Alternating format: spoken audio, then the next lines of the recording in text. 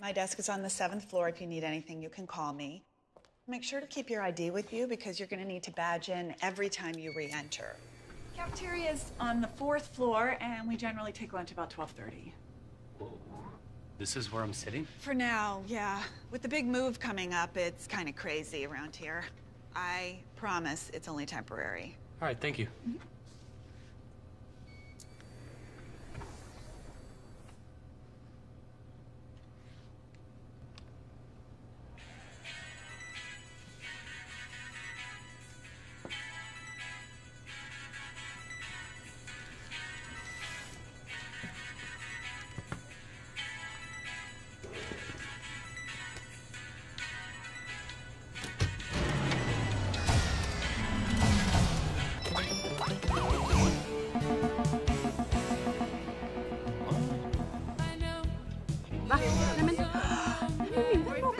Fan är det apparat? Nej!这不是告诉我。老公啊 ，WeChat 不工作了。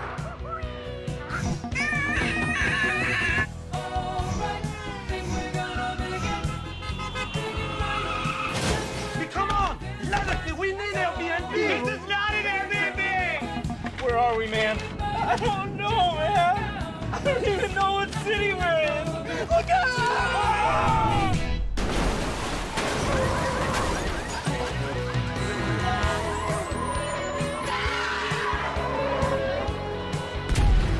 World leaders are declaring a global state of emergency until the app situation can be resolved.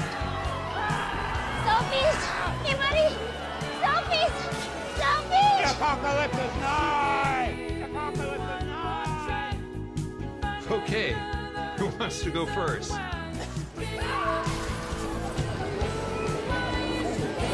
iTunes! Get you iTunes! Do you think we should have gone with the puppy face? I just ate this whole pizza by myself! Hashtag too delicious to share! Hashtag pizza emoji! Farm bill 2 right here, y'all! Hashtag InstaFood! Brian, looking for Brian? Hashtag does anybody want a slice?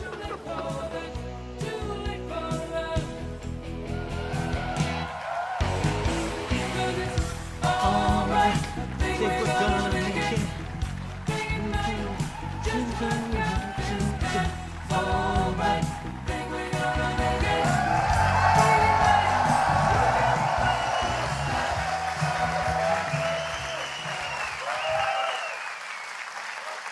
Good morning. I'm so glad that really can't happen. Welcome to WWDC. It's great to be back in San Jose, the heart of Silicon Valley and right down the street from Apple in our new campus. It's been 15 years since we held the developer conference in San Jose, and an awful lot has changed. But the one thing that hasn't changed is our commitment to the developer community and our ability to do amazing things together. This is going to be the best and biggest WWDC ever.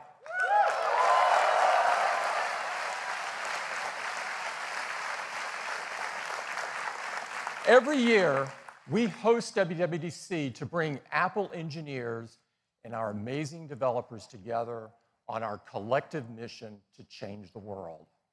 And I'm pleased to tell you, the Apple developer community has never been more vibrant. We now have 16 million registered developers in the program around the world, and we added 3 million last year alone. We've got 5,300 developers here this morning, our largest group ever. We have attendees this morning from 75 countries across the world. It's truly a worldwide conference. And we have the most student developers with us this morning ever.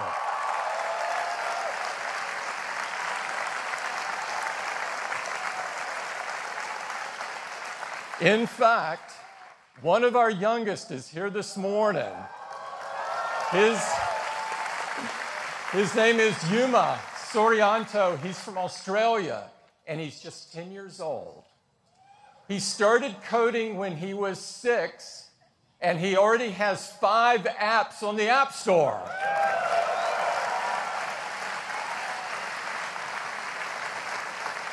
I met Yuma yesterday, and I can't wait to see what he's going to accomplish next. And while we've got some great up-and-coming developers like Yuma, we've got some that got a bit of a later start. Masako Wakamiya is just 82 years old, and she's from Japan, and she published her first app earlier this year. So if you haven't published yet, there is still time. Let's give them a big round of applause.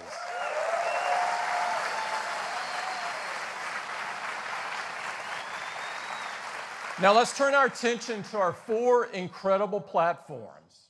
Of course, as you know, each of them stem from the same core technology, but each is uniquely expressed and designed for the best experience for where they work. We keep pushing these platforms forward, giving you, the developers, powerful tools and opportunities to change the world. That's why this developer conference is so important. Now, we have a lot to talk about today, and I do mean a lot. So I'm dispensing with the updates other than to tell you Apple's doing great. Yeah. We have 6 important announcements to share with you this morning. So let's get right into it, and I'll start with tvOS. We recently introduced the TV app on Apple TV, iPhone, and iPad to create the easiest way to discover and enjoy your TV content from across your video channels, all in one convenient place. We launched it with support from just a handful of video channels, but now we have 50 partners integrated into the TV app. And today, we're really thrilled to announce that Amazon is coming. Amazon is coming to the TV app and all Apple TVs later this year with Amazon Prime Video.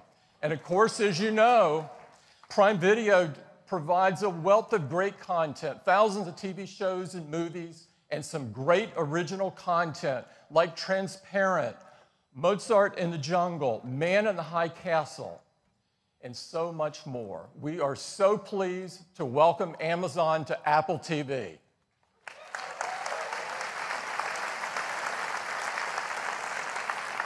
So that's tvOS. You'll be hearing a lot more about tvOS later this year. Number 2, let's talk about Apple Watch. Apple Watch has had incredible growth this past year. In fact, it's the #1 selling smartwatch by far. And what's most important to us is that it's #1 in customer satisfaction, again, by far. Apple Watch is designed to help you live a healthier life, and people are absolutely loving the fitness capabilities, the health capabilities, the quick access to information, and even the ability to swim with it. We've got some exciting updates to the watchOS, and to take you through them, I'd like to invite Kevin Lynch up. Kevin? Thank you, Tim. So watchOS is moving forward really quickly, and I'm very excited to introduce watchOS 4 today. This furthers the areas that people love and also introduces new ways to make the watch more personal to you. Let's start with watch faces. Now, Apple Watch is great for quickly glancing at information, and many people are using a watch face like this today. And now you need to choose what information shows up here. So for example, weather, calendar, and workouts, or maybe you'd like to look at the date and reminders and sunset. The information that you'd like to see actually varies based on time and your location and your routines. What if we could actually show you a selection of information that you might need automatically? Well, Siri is becoming more and more a proactive assistant, knowing what information you need when you need it. And we've created a new watch face which is powered by Siri intelligence. This is the new Siri watch face. Now it automatically displays the information that's most relevant to you, and you can also access Siri just by tapping on the new complication on the top left. And it automatically displays this information with the same type of intelligence we've applied on iOS. We're using machine learning to adapt automatically based on your routines and the apps that you use when you use them. So in the morning, I might see, for example, commute time and my first meeting. And if I rotate the crown, I can see more information from Siri. For example, reminders or even photo memories from this same time last year or maybe from this location. And throughout the day, whenever you raise your wrist, the face will dynamically update with information for you. So for example, at noon, I might see a reminder to make a call, and I might get a pass to a flight that I'm taking that afternoon. So relevant passes in Wallet can appear here right in the face, including from third-party apps. Now, at the end of the day, I might see what time the sun's going to set, and also I can get access to controls I tend to use in the Home app at night. So this is an intelligent, proactive assistant right on your wrist, and this is the new Siri face on Apple Watch.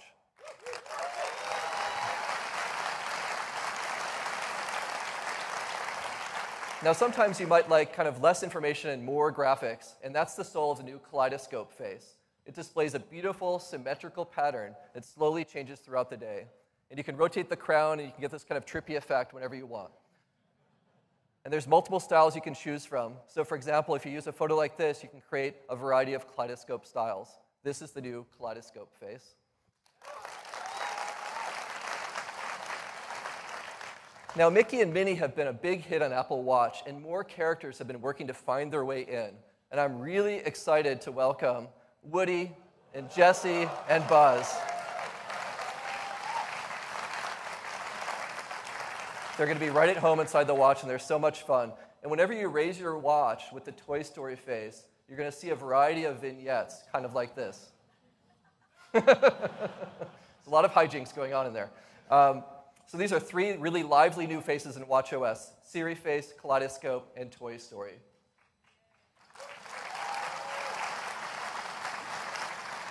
Now let's talk about activity.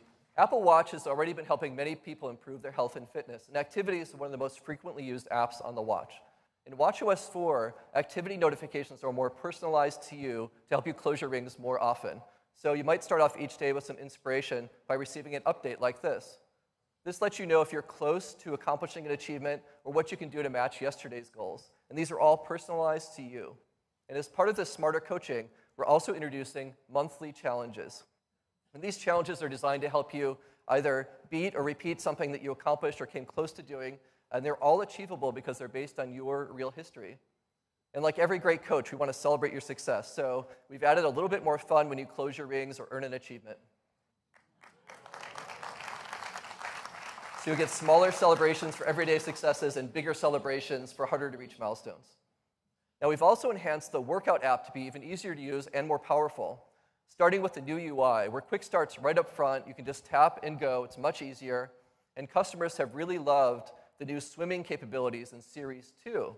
And we're now enhancing the pool swim workout with auto sets. So just by taking a rest at the edge of the pool, we'll automatically mark each set of swimming that you're doing. And at the end, you'll even get your distance for each stroke type and your pace for each set that you're doing. And we also are creating, it's great, the pool swim thing is very popular. We've also created some custom motion and heart rate algorithms for a new workout type called high-intensity interval training. Now, this is one of the most popular workouts in the world, so we know it's going to be a favorite for a lot of you when you start using it. Now, if you like to do more than one workout in a row, it's now super easy to just swipe over during a current workout and then add another one by pressing the plus button. So you just press plus, and I can continue with another workout. For example, I might do some outdoor cycling here. I just tap, and I continue. Super easy now to do multiple workouts in a single session.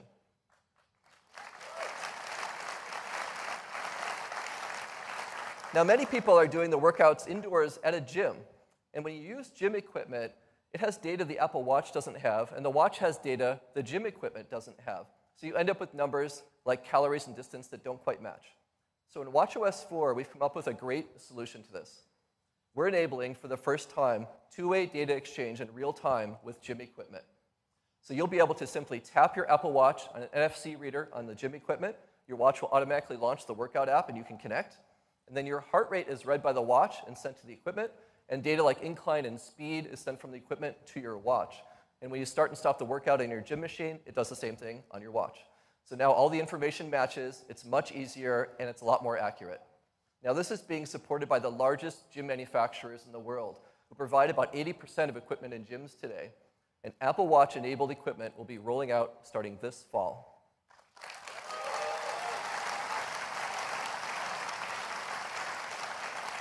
Now let's talk about music. Apple Watch paired with AirPods has really become a magical combination.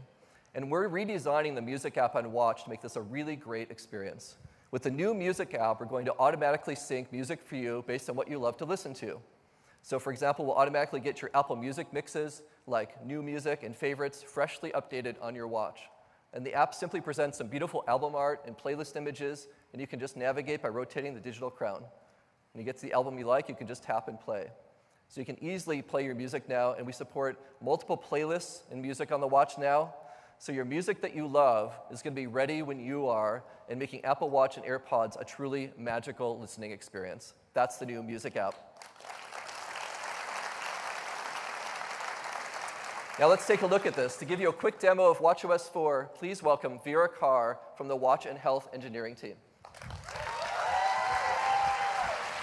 Thank you, Kevin. Good morning. I'm so excited to be here. The first thing I want to show you is the new dock. I can now vertically scroll through my recently used apps, like the new music app. Using the dock makes finding the apps I'm looking for easier than ever. Next, let's look at the new intelligent Siri watch face. Here in the warm morning, I could see things like the weather for today and my upcoming events. Later today, I'm heading back to San Francisco to see my parents, and in the afternoon, the Siri face will proactively update to tell me how long it'll take me to get there. Tonight, we're going to see the new Alien movie, which I'm super excited about. No one spoil it for me. For any content in the Siri face, I can tap directly into the app for more details. Here, for example, the Siri face has my tickets, so tonight I can just raise my wrist, and with one tap, they'll be ready. The Siri face also shows me timely content like photo memories and news. Here's a news headline picked for me by the brand new news app now available on Apple Watch. In the app, I can view stunning photos, glance at top news stories throughout the day, and save them for later to be read on my phone. We've also integrated our new activity coaching notifications directly into the Siri face. Now, when it's near the end of your day or you're close to closing your rings, our coaching algorithms will tell you how much you need to walk to hit your move goal. I did a lot of nervous pacing before this, so now I just need to take a 16-minute walk. Let's close those rings. We've added something new here in Workout that's really cool. Music instantly gets me motivated, and now in watchOS 4, I can pick a playlist that automatically starts with my workout. Let's do it.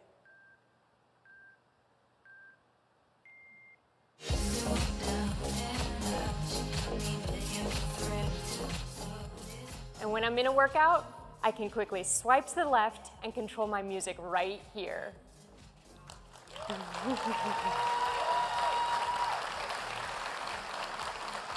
These are only a few of the new features in watchOS 4. I can't wait for you to try it out. Back to Kevin to tell you more.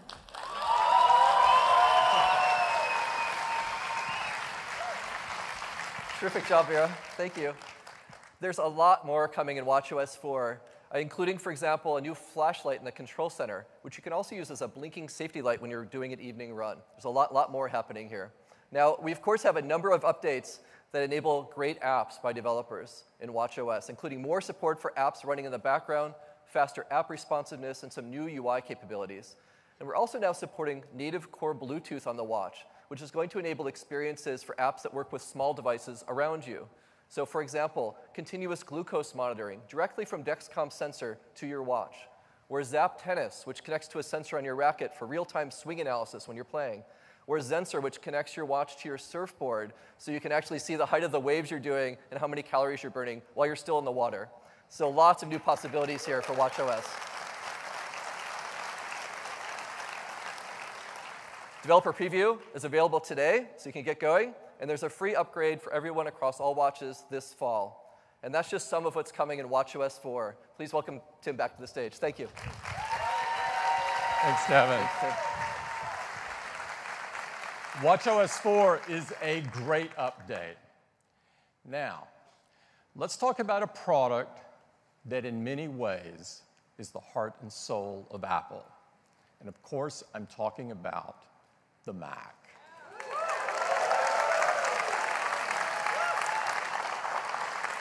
There's never been a computer quite like the Mac. The Mac is so important in fueling the world's passion and creativity. It's a computer all of us love to use, and no one can match the Mac's deep integration of hardware and software. And of course, at the heart of the Mac experience is macOS. And to tell you about what's next with macOS, please welcome Craig Federighi. Craig? Thank you. Thank you, Tim. Hey, good morning.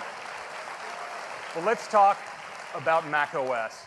Now, our current release of macOS, of course, is macOS Sierra. Now, Sierra brought Siri and Apple Pay to the Mac, let you put your documents and your desktop in the cloud, and even let you unlock your Mac automatically using the watch on your wrist. Now, people are loving Sierra, and we love it too. So we wanted to spend this year perfecting it. But of course, the question is, what do we call it? So we enlisted, once again, our crack marketing team. They were giddy to hop in their minibus, and this time venture east, deep into the Sierras, but this time ascending its highest peaks. And when they finally came back, they had a name they said felt really, really good, and it's my privilege to announce for you today, macOS High Sierra.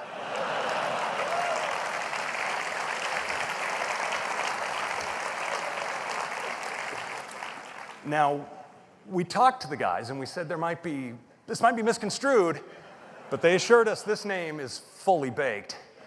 So, now, High Sierra is all about deep technologies that provide a powerful platform for future innovations on the Mac.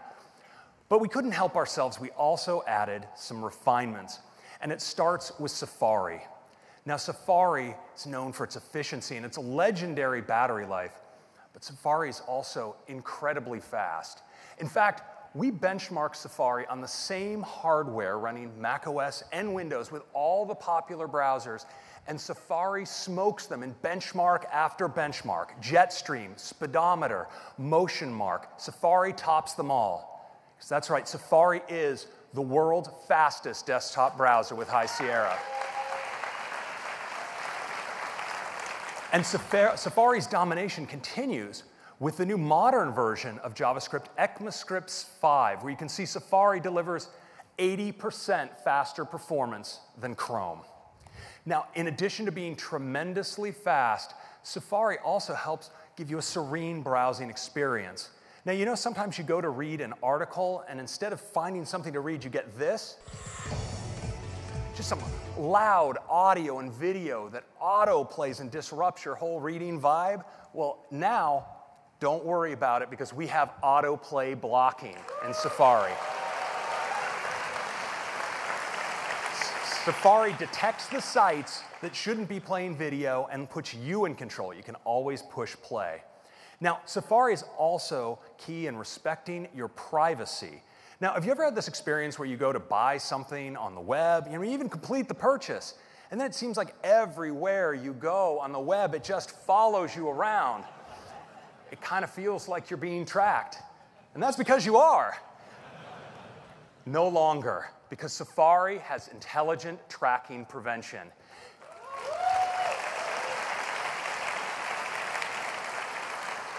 Safari uses machine learning to identify trackers, segregate the cross-site scripting data, put it away, so now your privacy, your browsing history is your own. It's not about blocking ads. The web behaves as it always did, but your privacy is protected. Next, I want to talk about some refinements to Mail, and it starts with search. So in addition to providing searches based on recency, search in Mail is now using Spotlight to identify your top hits. So the message you're looking for is almost always right there at the top. And if you're into using Mail in full screen, well, now we support split view for your Compose window. It's a great way to compose Mail. And mail's more efficient than ever. It actually uses 35% less disk space for storing your mail. Now, probably our biggest area of refinement in High Sierra is in photos. Now, yeah, Photos has some great new organization and editing tools. There's a persistent sidebar and a new view that has all your imports in chronological order. And in any view up here in the upper right, you can filter by your keywords, by your favorites, by just media types like video. So it's really easy to get to just what you're looking for. We've also improved faces. It recognizes far more faces automatically using advanced convolutional neural networks. And when you put effort into categorizing and naming people, well, that's now synchronized automatically across all your devices.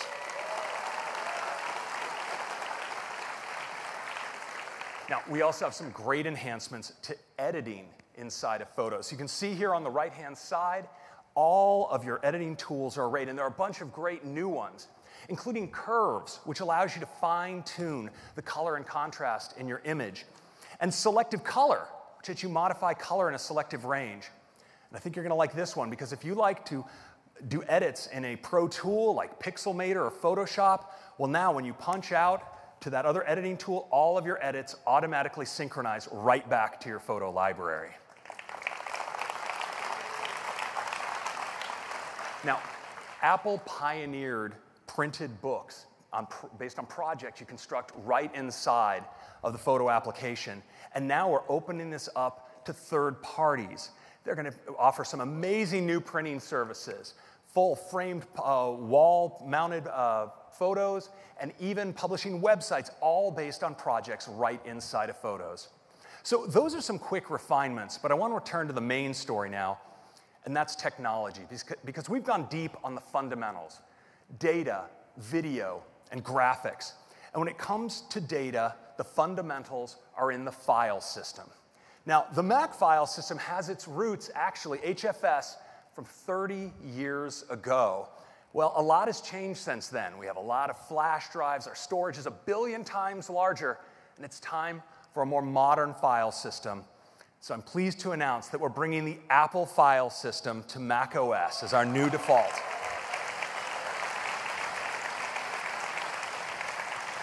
Now, APFS is a thoroughly modern file system, 64-bit top to bottom.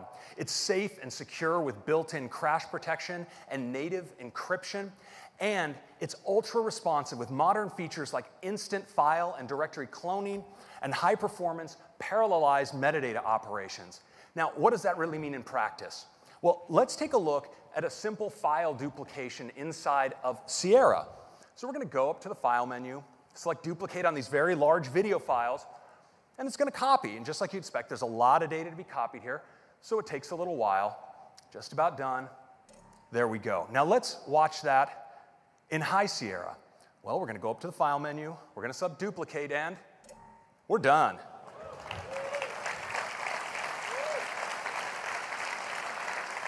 Next up, video.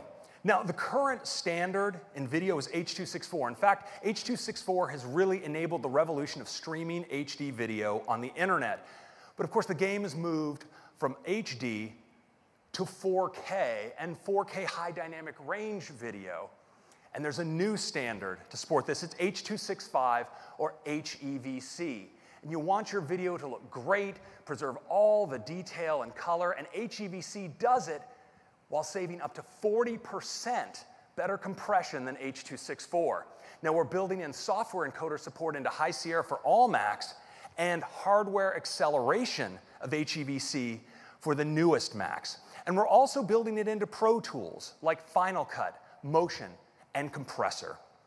Now I want to return to our main story, which is graphics. And graphics are all about the GPU. The GPU has been the performance superstar of the last decade, delivering incredible gains in computational performance.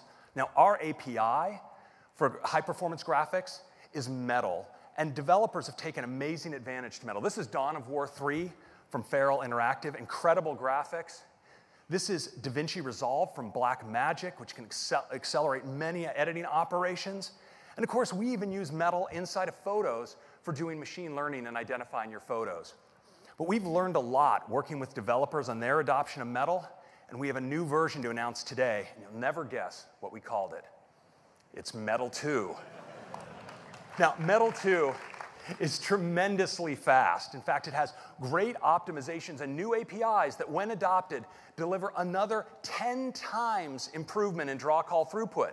Now, some of you remember when Metal first came out, it itself had a 10 times improvement over OpenGL. You can multiply those numbers together. That's 100 times improvement. Now, we've also provided better debugging and performance analysis tools for you to optimize your app for Metal. And we're so excited about the advances in Metal 2 that we've taken the Mac Windows server and put it on top of Metal, accelerating things like mission control. And some of our most challenging system animations are now buttery smooth all the time. Now, Metal is not just about graphics. We're also using it for machine learning. It can now accelerate. Yes, we have Metal performance shaders that accelerate all kinds of deep learning algorithms. Now, another piece of Metal news today is Metal for external graphics. So, you know our MacBooks have this tremendous balance of portability and power. But sometimes, for some workflows, you need even more power. You want to take advantage of the incredible Thunderbolt I/O on your MacBook Pros to access external graphics. So we're going to be making this possible in Metal 2. Now, we're starting with the developer kit that'll be available today. You can actually order a Thunderbolt 3 enclosure with a high-performance AMD GPU and tune your apps for high-performance external graphics. And then we'll be rolling out support to all of our customers in the months to come. Now, with this graphics power, we're really doubling down on our focus on pro content creation. And that's increasingly about VR content creation. And so we're bringing Metal for VR to High Sierra. Now, Metal is delivering a VR-optimized display pipeline that provides extremely high performance. And we're optimizing our pro apps like Final Cut for doing things like editing spherical video right inside the VR environment. We're also working with Valve. They're bringing the Steam VR SDK to the Mac. And we've worked with Unity and Unreal to bring their engines for VR to the Mac.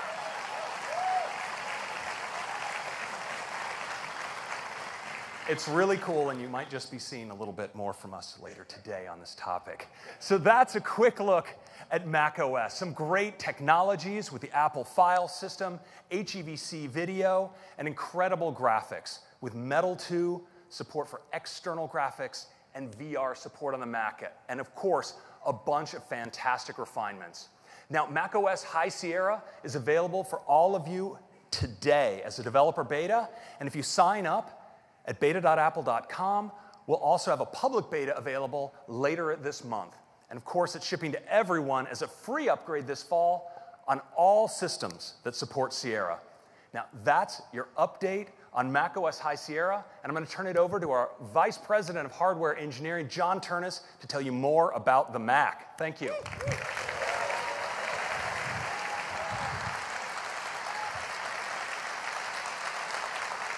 Thank you, Craig. So we have some great updates to talk about today that span much of the Mac product line. And let's begin with the iMac. Now, the iMac has been the gold standard of desktops for many years, but we're going to raise the bar once again. And as always on the iMac, it starts with the display. Because the 4K and 5K Retina iMac displays, with their high resolution, excellent brightness, and P3 color gamut, are the best displays on any desktop. But we're going to make them even better. So these new displays are now going to be 500 nits. That's 43% brighter than the previous generation. And for the first time, we're going to support 10-bit dithering, which means these displays can reproduce up to 1 billion colors. So your content is going to look more true to life than ever before. Now, in addition, we've got some great internal updates for these iMacs. So we'll start with the CPU, because the whole line is moving to Intel's 7th generation core processor, also known as Kaby Lake. Now, Kaby Lake gets us better base and turbo frequencies for more performance, as well as hardware-based 10-bit HEVC decode, which is great for playing back high-quality video. In addition, these iMacs are getting a boost when it comes to memory capacity. So the 21.5-inch systems can now be configured with up to 32 gigs of memory, and the 27-inch can go all the way up to 64 gigabytes of memory. Both of those are twice what the previous generation could do. Now, fast storage has always been a key part of the iMac, and so we're going to now make our Fusion drive standard on all 27-inch configs. And it's also going to be standard on the high-end 21.5-inch config as well. In addition, our SSD options are going to be up to 50% faster and now available up to 2 terabytes. And the iMacs are getting an I/O upgrade as well, because we're giving them 2 USB-C connectors which support Thunderbolt 3. And we think our customers, especially our pro users, are really going to love this, because you can do some cool things, like hook up a high-performance RAID array and an external 5K display at the same time. So now let's talk about graphics. And as you heard earlier, we're investing heavily in graphics software technologies like Metal 2. Well, we're also investing in graphics hardware. And every configuration in this new iMac line is going to get a big bump in its graphics performance. So we'll start with the entry-level iMac. Now, this system gets a boost in its integrated GPU by way of Intel's Iris Plus graphics, which now has 64 megabytes of EDRAM. And the performance that we're getting out of this is pretty amazing, because this system is up to 80% faster in graphics than the previous generation. Now, next up is the 21.5-inch iMac with Retina 4K display. And the big news here is that we're going to be moving to discrete graphics and making it standard on all 4K iMacs. And that's going to come, there you go, and that's going to come in this Radeon Pro series GPUs with up to 4 gigabytes of VRAM. And again, this move to discrete graphics yields a pretty spectacular performance increase, because this new system is up to 3 times faster than the previous generation for graphics. Now, lastly, we have our 27-inch iMac, and this is our most popular desktop for our pro customers. So obviously, it's going to get a bump in graphics today as well. So it's going to have these Radeon Pro 500 series GPUs with up to 8 gigabytes of VRAM. And again, we get a great performance uplift. In fact, this 27-inch iMac can now deliver up to 5.5 teraflops of graphics compute, which makes it a great platform for VR content creation. In fact, we've seeded some developers with this new iMac and High Sierra so that we could see what they can do with virtual reality on the Mac. And I'm really excited that we can give you a demo of some of this amazing work right now. So I'd like to invite up on the stage here from Industrial Light and Magic is Academy Award-winning visual effects artist and Chief Creative Officer, John Knoll. John? Thank you, John.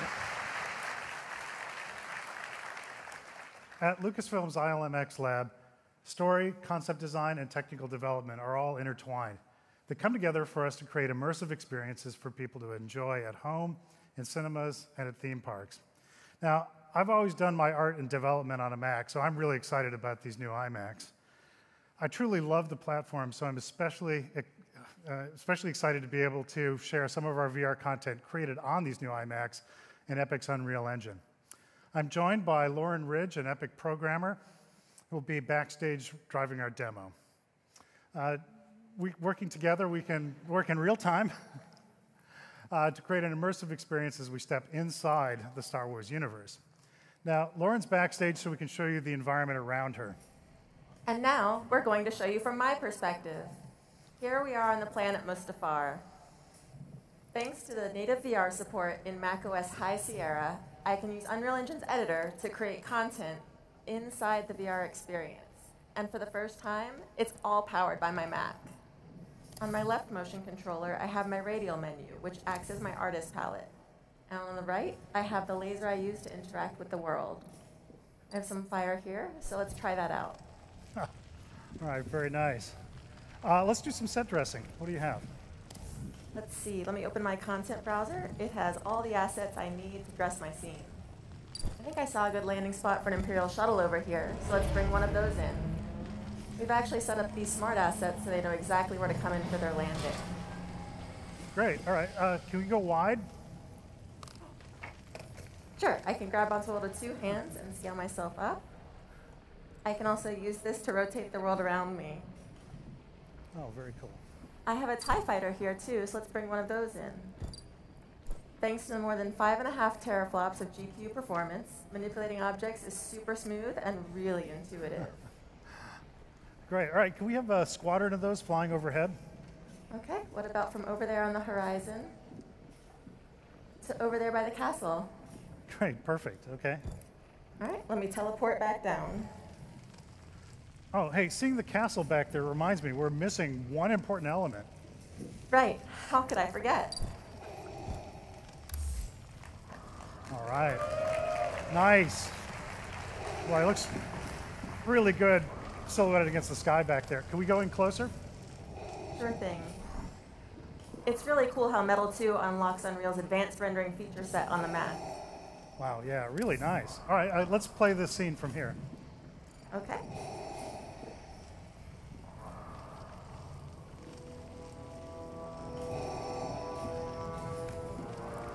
Oh, he's upset. That's the third one this week.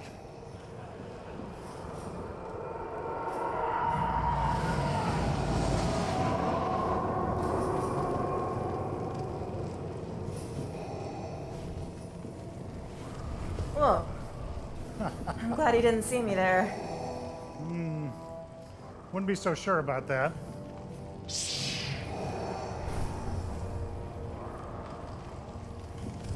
All right, actually, let's stop it right there. That was a close one.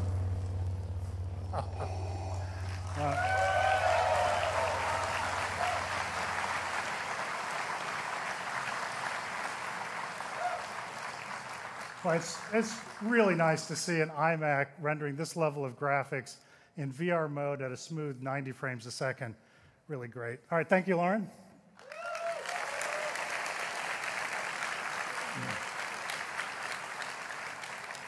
Metal 2 and Unreal's, our Epic's Unreal Engine will enable the next generation of storytellers. We use this technology in our filmmaking every day for virtual set scouting, for art direction, and shot design. And that means that this immersive content can be made by the same people that bring you the films. That's incredibly powerful. At Lucasfilm and ILMX Lab, we're looking forward to using our Macs to create new experiences as we invite people everywhere to step inside our stories. Thank you. All right, thank you. Thank you, John and Lauren. That was awesome. So that is our update to the iMac line. And to recap, they have the best Mac displays we've ever made. Faster processors, higher memory capacity, super fast storage, Thunderbolt 3, and as you saw, incredible graphics performance. So here's the line, but there's one more change, because we're going to bring even more value to the iMac product line. For the first time ever, we're going to have a 4K iMac that starts at just $12.99.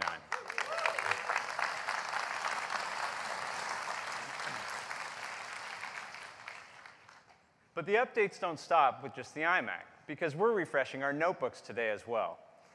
And together, the MacBook and MacBook Pro make up the strongest line of notebooks we've ever had. But we're going to make them even better, because we're moving to Kaby Lake here as well. And we're bringing faster SSDs to our MacBook and faster standard graphics to the 15-inch MacBook Pro. So a great performance bump across the board. So here's that lineup, but just like the iMac, we're going to bring more value here as well, because we're going to have a new configuration of the 13-inch MacBook Pro that also starts at just $12.99.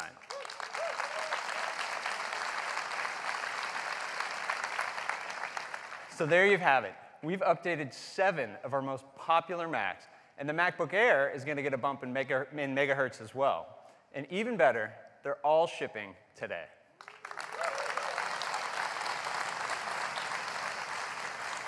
Now, we care deeply about the environment, and so as with all our products, we've been working really hard to ensure that these new Macs are free of harmful chemicals, very energy efficient, and highly recyclable.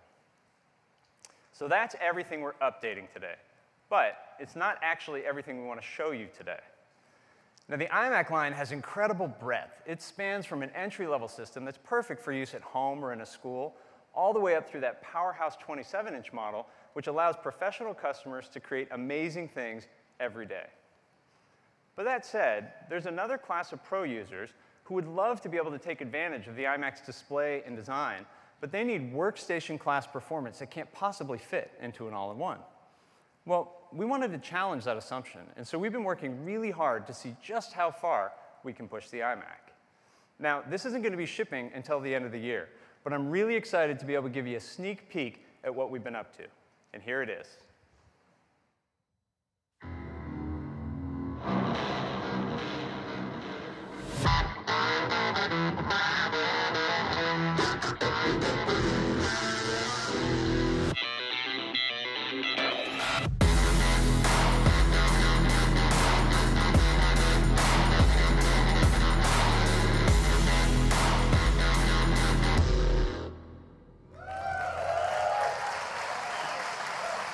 Cool.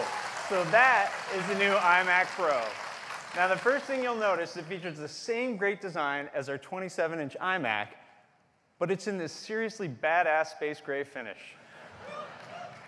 And with that stunning new color and gorgeous 5K display, this is without a doubt the most beautiful iMac we've ever made. But it's also going to be, by far, the most powerful iMac we've ever made.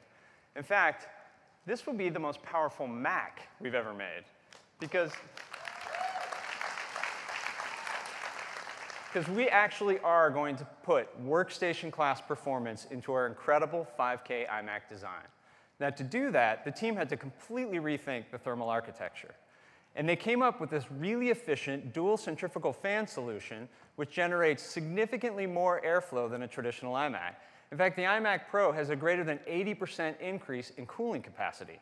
So that means we can deliver unbelievable performance while still maintaining the quiet operation you'd expect from an iMac. So let's talk about what's inside, and I want to start with the CPU, because we wanted to go really big here. So the iMac Pro is going to ship with an 8-core Xeon processor. But it's also going to ship with a 10-core Xeon processor. And then we thought, you know, we've gone this far, let's get really nutty. So we're going to offer it with up to 18 cores. That is a ton of compute power. But we didn't want to stop there, because we wanted to go really big on graphics as well. So the iMac Pro is going to use AMD's Radeon Vega graphics. This is their brand new workstation-class graphics architecture. It features a completely new GPU core and high bandwidth on-package memory. It's going to be available with up to 16 gigabytes of VRAM and over 400 gigabytes per second of memory bandwidth. And we aren't going to use an entry-level configuration here, because our implementation is going to offer up to 11 teraflops of single precision compute power. That's 3 times more than the best GPU in a Mac Pro. But it actually gets even better, because this Radeon Vega GPU can also do half-precision compute. So that means the iMac Pro can deliver up to 22 teraflops of half-precision computation. This is a really big deal for things like machine learning development. So the iMac Pro, as you can see, is going to be a monster when it comes to graphics, but we didn't want to stop there either. So we're going to let you configure it with up to 128 gigabytes of ECC memory. That's twice what you can do in a standard 27-inch iMac. And up to 4 terabytes of 3 gigabyte per second SSD. Now, the iMac Pro is also going to have a full complement of high-performance I/O, including 4 Thunderbolt 3 ports, and for the first time ever in any Mac, built-in 10 gigabit Ethernet.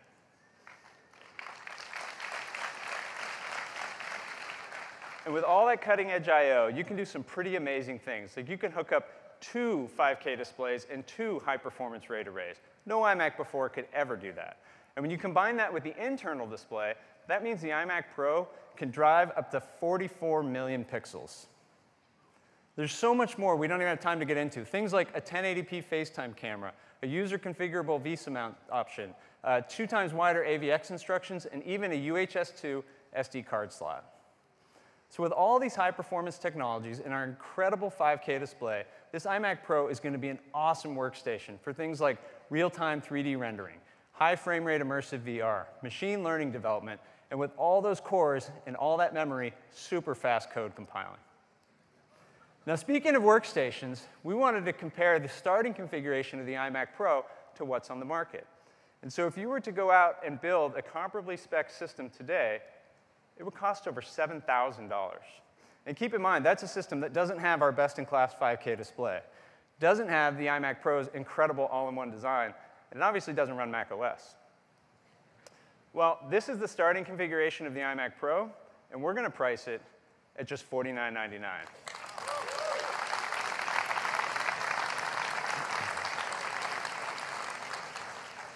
And it's going to be available in December.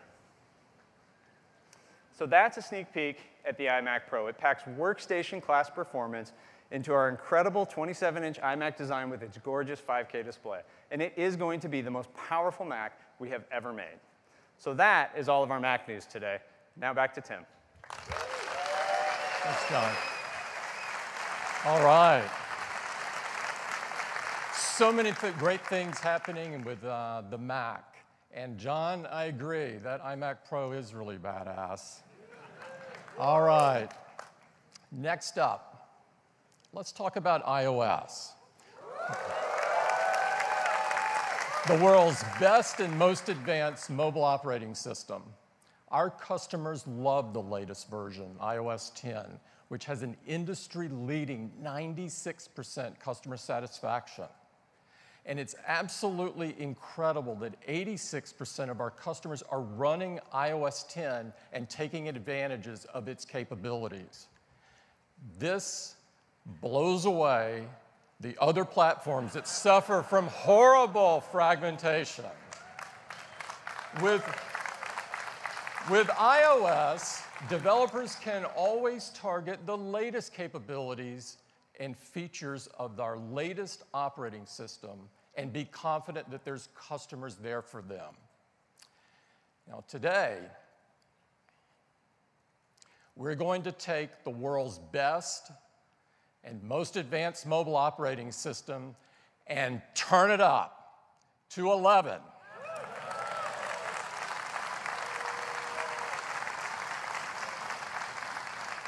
And I'd like to invite Craig back to take you through it. Craig.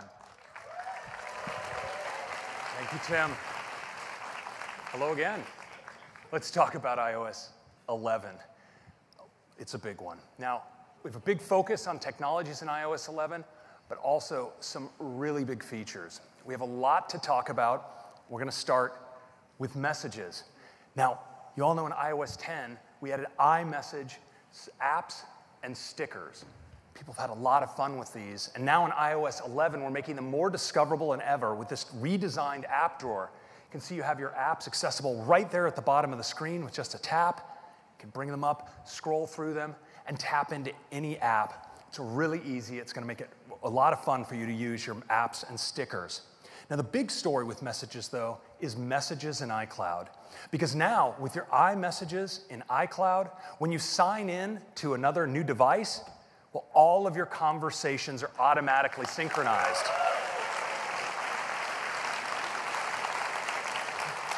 And in fact, they stay in sync. So if you want to delete an embarrassing message that you don't want in your transcript, well, it goes away everywhere, which is kind of nice.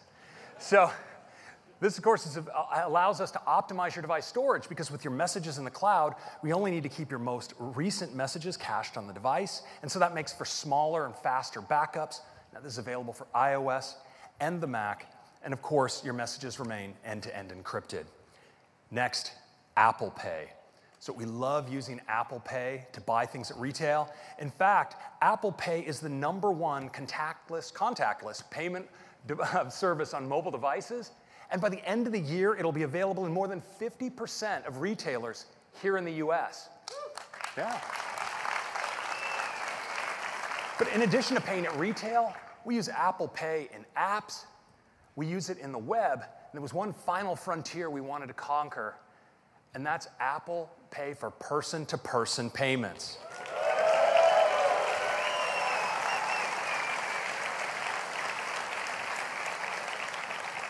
Now, it's super simple because it's integrated right in to Messages as an iMessage app.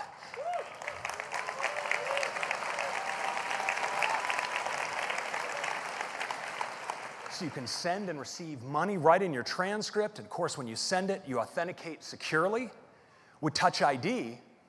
And if you receive money with iMessage, it goes into your Apple Pay cash card.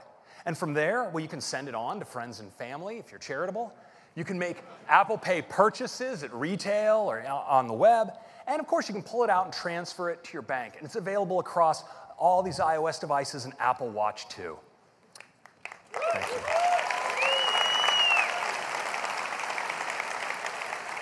So next, let's turn to Siri. Now, Siri is used monthly for more than 375 million devices. It's absolutely huge. And it's available in more languages and more countries than any other assistant, 21 languages in 36 countries. So for iOS 11, we're making a big upgrade to your primary interface in dealing with Siri, and that's Siri's voice. We've used deep learning now to create a really natural and expressive voice for Siri, and I'd like you to hear it. Here's the forecast for the next 10 days. Sunny, sunny, and sunny. 3 different ways to say sunny. Very powerful. Now, Siri also has a male voice, and it sounds fantastic too. I love machine learning, especially since I'm a machine learning. So Siri has a great new visual interface as well, and it's able to provide you with follow-up questions and answers with just a tap, and multiple results. When you make a query, it's really handy.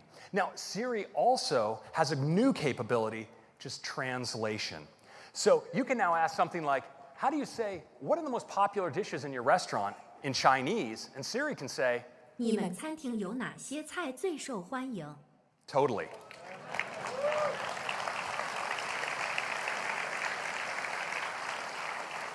Now, translation initially will support translation from English to Chinese, French, German, Italian, and Spanish, and we'll have more language combinations coming in the months to come. Now, when it comes to using Siri to access your other applications, we have SiriKit, and SiriKit can now do more than ever in iOS 11. So now you can do task management by using Siri to make tasks in OmniFocus or Things, take notes in Evernote, do banking in City Mobile, or even bring up a QR code in WeChat. Now, Siri isn't just a voice assistant, because with Siri Intelligence, Siri not only understands your voice, it understands the context, it understands your interests, it understands how you use your device, and this allows it to ultimately understand what you want next. Now, we've all experienced this where Siri can help us predict what apps we might want to use next, give us a time to leave notification based on our calendar and where we are, help us respond to a text message. In iOS 11, Siri uses on-device learning to understand more about topics of interest to us. So it can actually suggest topics we might be interested in learning about in news. It can help us respond with our location for getting to an appointment to someone in messages, and even help us make a calendar appointment based on something we've just booked inside of Safari on the web. And what Siri learns about you on device is now kept synced across all of your devices. So you're dealing with one Siri, but of course, this is kept completely private, readable only by you and your devices.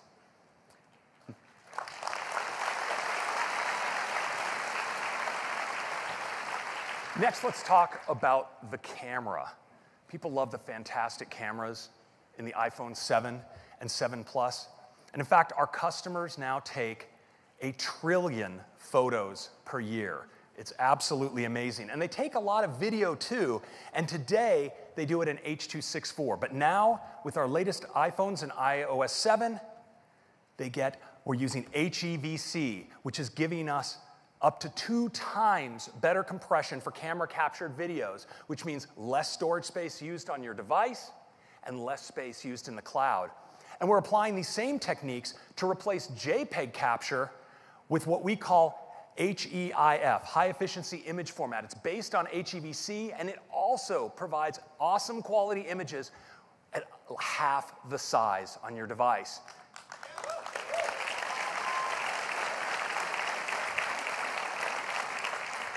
And of course, you can still share completely compatibly with others.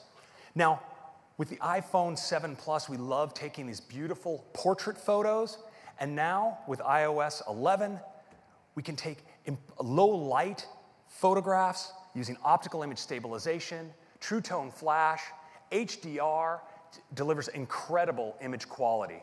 And we're taking the depth information that we can capture with 2 cameras and exposing it to developers with a new depth API, which has allowed them to do incredibly fun and artistic photos like this using the Depth API. Now, when you're done taking your photos, you go to enjoy them in the Photos app.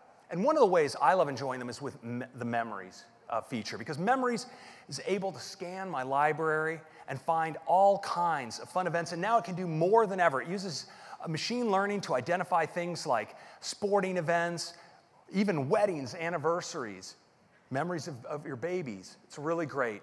And when you go to play those back, you can see them not just in normal landscape orientation, but now watch them in portrait, taking full advantage of the height of your display. Now, when it comes to live photos, we have some great enhancements as well. So you can now trim your live photos, the video around the still. You can mark any part of the video as your key photo, and so much more. So these are some of the big features in iOS 11. There's one other, which is a major redesign to Control Center. Rather than show it in slides, how about we do a demo?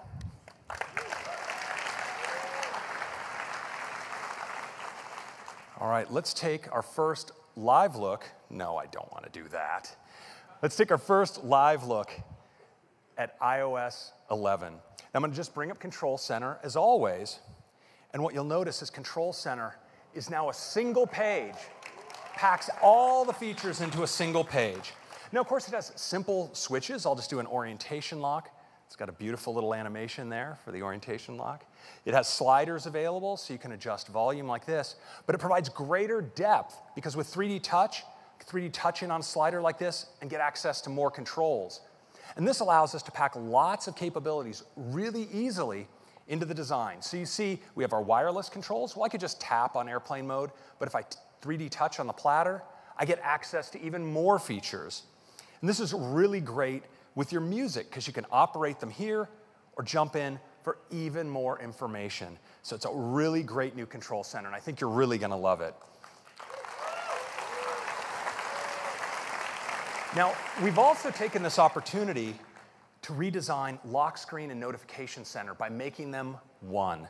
So now, when I'm on my lock screen, if I unlock the device, just like that, I can actually now swipe back down. I'm actually on my lock screen seeing those notifications, but I can get at all my other notifications just by scrolling up, like that. It's a really great unification, and you still have access, of course, to your widgets on the left and your camera on the right. Now, let's take a look at photos. These beautiful portrait photos, but also these great live photos. And you know, live photos capture a still, but then also a bunch of video automatically captured around it, and sometimes the best shot wasn't the still. Well, now we can go into edit mode. We could trim this video if we want, but we also can capture just the frame we want and make that our key photo.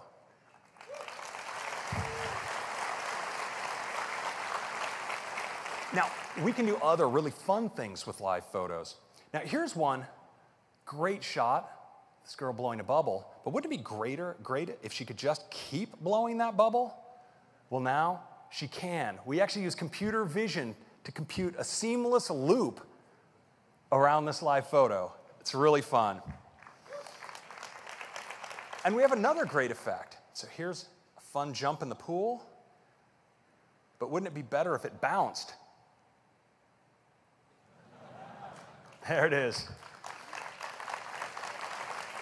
Now, we can really do some artistic things with live photos as well. So you see, this is a shot where we have still landscape, but then this movement in the water. Now, if you wanted to capture this kind of motion, traditionally you'd have to get a tripod and figure out how to configure a long exposure on your high-end camera.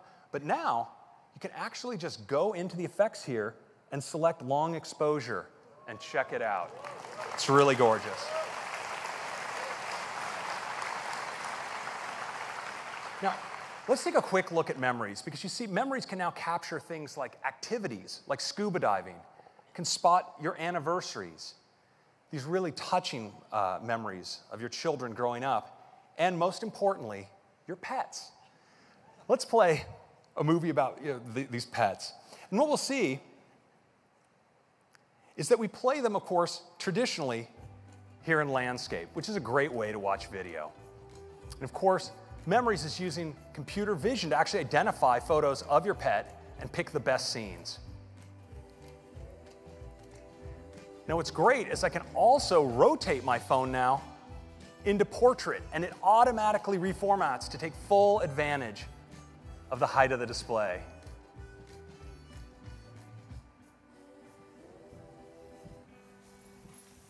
And that's a quick look at memories. Now, with memories, we're using machine learning to help learn more about you and what you're interested in by looking at your photo library. But now in iOS 11, Siri does so much more in learning how you're using your device. So for instance, if I'm in Safari here and I'm reading about Iceland, maybe I'm considering taking a trip there. There's Reykjavik as a nice location.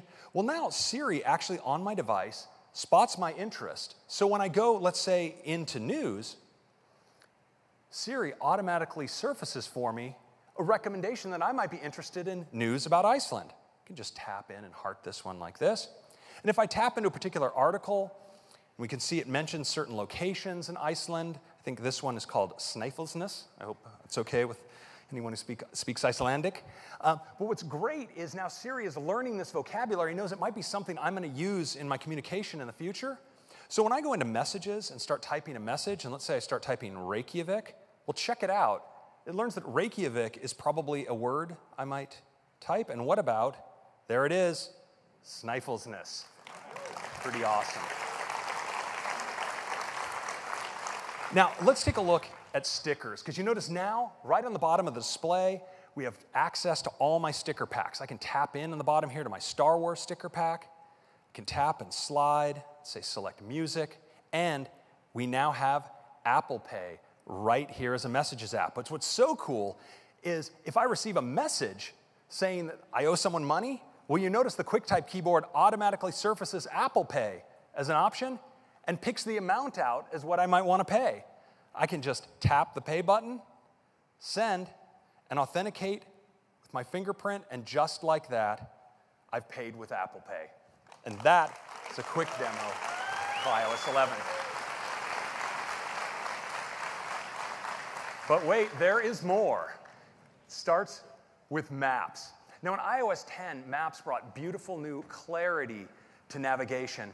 And we're now giving you enhanced information for when you get there to the mall. So we have detailed floor plans now of malls with place cards, directory and search, and we let you browse by floor. Now we're going to be supporting malls in all of these cities out the gate and hundreds more per month thereafter. And we're also bringing this support to major airports. You can see where security is so you can plan.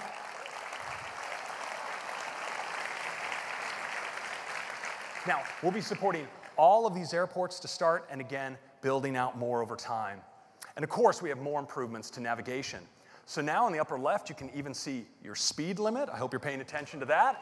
And lane guidance, so you know which lane to be in to make your next move when navigating. Now, we know in addition to navigation, people like to do more with their phones sometimes while driving, and our safest solution for doing this is CarPlay. It lets you keep your eyes on the road while you're doing things like asking Siri to play music. Well, we wanted to bring this same level of safety to everyone who maybe doesn't have one of the 200 models of car that currently support CarPlay. And we're building on the Do Not Disturb with a new feature we call Do Not Disturb While Driving. And it's all about keeping your eyes on the road. When you're driving, you don't need to be responding to these kinds of messages. In fact, you don't need to see them. So now, when you install iOS 11, we're going to use Bluetooth to understand if you're connected to a car, or even if you don't have Bluetooth, we're going to use Wi-Fi Doppler effect to measure that you're moving in a car. And when you finish that first drive, we're going to suggest, hey, how about we activate Do Not Disturb while driving? And when we do, instead of seeing all those notifications, we have this new user interface for you.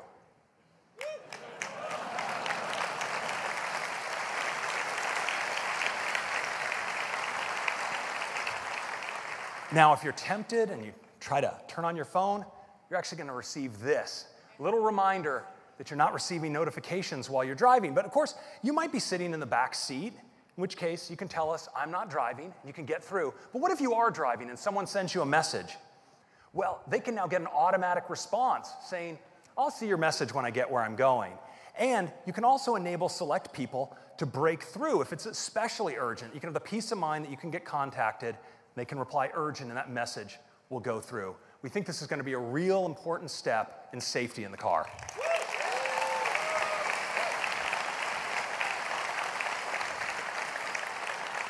Next up, HomeKit.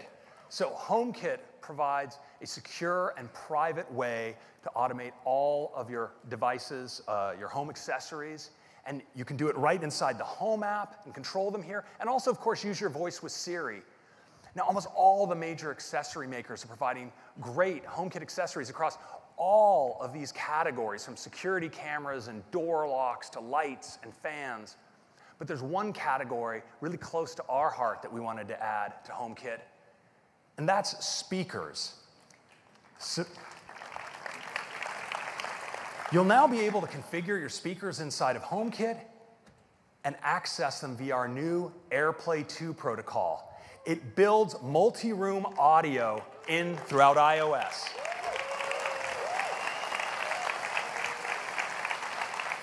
So you can play music to select speakers throughout your home, right from the Music app. And with Apple Music, we have a new feature called Shared Up Next. So if you have a friend over and you have a playlist going, and maybe your friend wants to contribute to that playlist, well, they can do that without interrupting the music. You all can pile into that party playlist.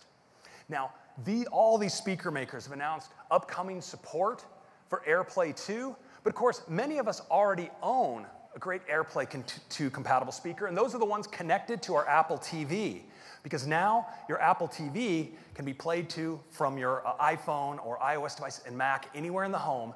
And of course, if you turn on your Apple TV, it can control playback home-wide, including using Siri. And we're providing a great developer API, so third-party audio apps in iOS can all get in on the multi-room audio fun. Next is Apple Music. Now, last fall, we introduced an all-new design for Apple Music, which brought greater clarity and simplicity to the Apple Music experience. And we now have 27 million customers who are really enjoying the curation as well as the personalization of Apple Music. But of course, a lot of the way we discover music is to ask one of our friends, what have you been listening to lately? So now in Apple Music, you'll be able to find out right inside the application. For all the music served up, and for you, you'll see indicators if this is music your friends are listening to, and they can configure their profile, either to be public or private, and control what playlists they share or whether all the music they share they want to make available to their other friends. Now for developers, we're also providing a new API, Music Kit for Apple Music. This allows apps full access to the Apple Music service, both on device and from your cloud service. And you can do a tremendous amount with this. Now Nike has done great exercise playlists using the full Apple Music catalog. With Anchor, anyone can be a DJ using all 40 million songs, and Shazam can automatically add songs to your collection that it identifies. But you know, one of the biggest stories today for iOS 11 is about the App Store. Now, to give you the big news with the App Store, I'd like to hand it off to Phil Schiller. Thank you. Thank you, Craig. Well, good morning, everyone. Let's hear it from the way back of the room. Come on, good morning, everyone. Yes. I am so excited to be able to talk to you this morning about the App Store. The App Store is turning 9 years old, and it is going so well. There are 500 million weekly visitors to the App Store who come to see your amazing apps and to download them. They have now downloaded over 180 billion apps to date. That's incredible. That does not include auto re-downloads and updates. Amazing. And just recently we passed $70 billion paid out to developers to date. Yes. 30% of that in the last year alone. The apps are incredible, and customers are doing things with them that none of us had ever imagined, like this. These are people in Hong Kong playing Pokemon Go. Pokemon Go is from Niantic. It was one of the big hits from last year, and there have been a lot of big hits last year from big developers and indie developers alike. And together, the developers and Apple, we've made this the best app platform in the world. So thank you. Yes. Thank you for the incredible apps you make that we and our customers all love. It's not by chance that the App Store has become such a great place. From the beginning, we've had two very important goals: to make the App Store a trusted and safe place for users, and to make it a great opportunity for all developers. We continue to work really hard at that. Over the last year, the team's done a lot of great things to make the App Store an even better store for all of us. There's many things we can talk about, but I think one stands head and shoulders above the rest: faster app review times. Yeah. I'm sure you're well aware that the majority of apps are all now reviewed in under 24 hours, many in just 1 to 2 hours. The team is going to keep working hard at that. And we have a lot more coming for the remainder of the year. I've highlighted a bunch of things here. I'll just point out one of them. You can read some of your favorite things up there. A big request from developers is called phased releases. That when you, woo for phased releases, come on. Phased releases means when you submit an app, you can choose if you want it to be phased over time so it doesn't hit your infrastructure all at once, and you can see how customers are responding to that update. So it's really a great feature for you to take advantage of.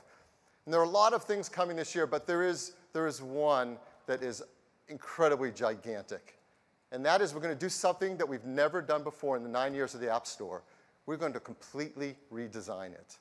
A brand new App Store. It is absolutely beautiful.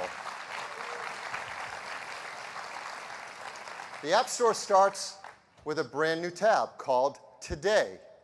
Now, do you remember back the first time you started downloading apps, when you used the App Store, and it was so much fun to go in every single day and discover the new apps that were appearing? I mean, that's an amazing feeling. And we're bringing that back again with this brand new tab called Today, a whole new way to discover apps. It's a place where we can feature the apps we all love and the stories about the developers who created them. It's going to be such a great place for customers to discover your apps every single day. There's another new tab, Games. Games, the biggest area of the App Store, has its own dedicated space now. So for all of us who love gaming and finding the best featured games of the day and seeing charts about gaming, this is now a place to go to experience all that's happening with games. And not only can we feature games, but for the first time in the App Store, we can feature in-app purchases as well. A big part of your business is now there in the App Store, so the next time you have a brand new level, you have a brand new character, customers can see them right in the App Store and click on them and start the process to get them right away. And since games have their own tab, now apps have their own tab. This is everything that we love about apps besides games, with dedicated features and charts all there for customers to enjoy. And every app and every game, of course, has its own product page in the store. These are more beautiful than ever, more engaging with incredible videos. You're going to love all the features on your product pages. And there's sessions here at WWDC to learn how to take advantage of all those great new app page features. But these are just some of the new things in the all-new App Store. The new Today tab, new Games tab, new Apps tab, and would love to show it to you live for the very first time. So please welcome Ann Ty, Product Marketing Manager for the App Store, to the stage. Ann? Thanks, Phil. I'm so excited to show you the new App Store. So let's get to it. I'm going to open the store, and I land right here on the Today tab, the new front of the App Store that updates every day. The first thing I see is our top story. The world premiere of Monument Valley 2 is finally here. Let's check it out by tapping on the card. This opens a story view where we can learn more about the game and what makes it so great. Looks like this is going to be even more beautiful than the first. I can watch videos that show me what the gameplay is like. And here's a cool quote from Dan Gray at Us2 Games about what inspired them. I can share the story with a friend, and what's incredible is that we can actually all download this today, only on the App Store. let's see what else is happening today. What have we got here? Oh, here's a how-to guide about Visco. I use this app all the time. Let's check it out. This is packed full of useful tips. So even if you have an app already, you still might learn something new. Like, I didn't know you could use it to make animated GIFs or GIFs. Anyway, you can make them. I just scroll back up and pull down on the card, and I'm back in the feed. Every day, there's a new app of the day, and a new game of the day, and the daily list. These are great because they're focused on a theme or a goal, like meditation. I've actually been trying some of these out to get ready for this, and it's totally working. If I'm busy and miss a day, I can scroll down and see stories from earlier in the week. So that's the Today tab. If I only want to see games, now I can go to the New Games tab. This is huge. Let's check it out. Up at the top, I can see the biggest new releases or just what the game editors are playing this week. If I scroll down, I can watch a whole bunch of game videos. And it's not just previews, but also tips and gameplay videos by editors too. If I scroll down, I can see charts that only feature games, so it's really easy to see what the most popular games are separate from apps. And now I can browse by game categories too. This page is just packed full of recommendations. This artsy game looks fun. Let's check it out. I'm going to tap on the icon, and it opens up a redesigned app page. It's more beautiful and more useful. I can watch more videos that show me how fun this is, and this badge at the top tells me it was named Editor's Choice. If I scroll down, I can see ratings and reviews front and center, so I can see what other customers think before making a choice. Like this review. It tells me this game is great for killing time. Thanks, Furious Potato Face. For all the incredible apps on the store, there's a new tab too, the Apps tab. Let's go there. It shares the same great design as the Games tab, but with a focus just on apps. So that was just the first day on the new App Store. Now you can see why we're so excited to have a beautiful new place to share apps and games we love with you. Back to you, Phil.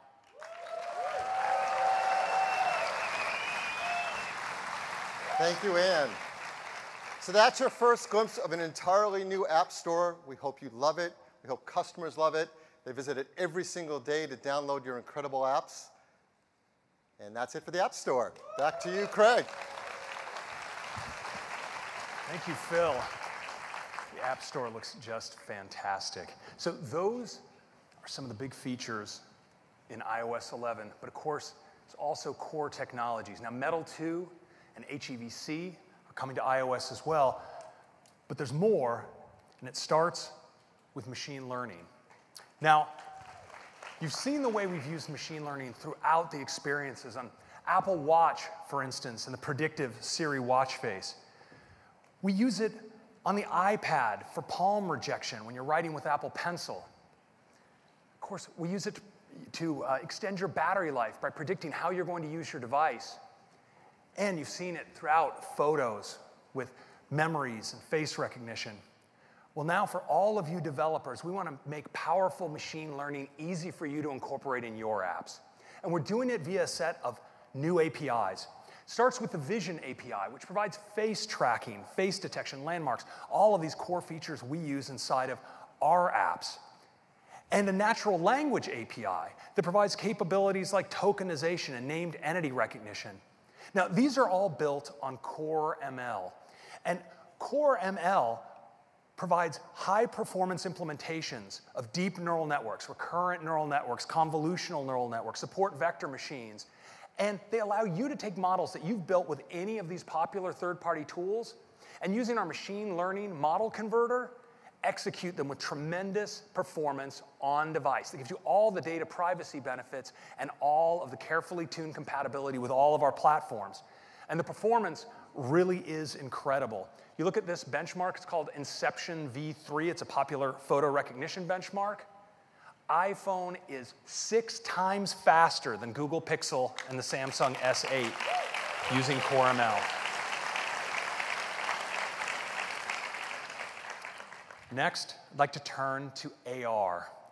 Now, with multi-touch, we've really changed the way that you interact with the world on the screen of your iPhone. And with the camera, we've allowed you to capture the world around you. But when you bring these things together, the results can actually be quite profound.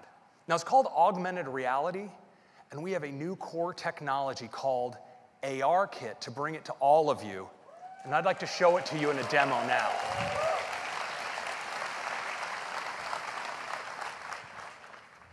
So we've all seen a lot of carefully edited vision videos on this topic recently, but in this case, I'd like to show you something for real. So what we see here is an iPhone that's using its camera, but using computer vision, it's actually able to identify surfaces, such as this table, and I can actually just add an object. This is a developer application, a test application that you'll all be getting code for that allows you to do these things. Now, this is just a virtual object on this table. Now, got some steam in there coming off the cup. Now, I can add other objects to the scene, and these things can actually interact. Let's add a lamp. And I want you to watch when I turn the lamp on the dynamic shadows here. I'm going to move the cup and watch how the shadow moves in relationship to the light here. It's really pretty incredible. Now, I can add additional objects. Let's add a vase to this scene. I mean, isn't that just incredible? You guys are actually in the shot here with these objects all in augmented reality. So it gives you a little bit of an idea of the technology involved. It's really pretty incredible. Now, how do we do it? Well, ARKit provides fast and stable motion tracking, and it uses all of the sensors and the camera on your device to do this. It actually finds planes like floors and tables.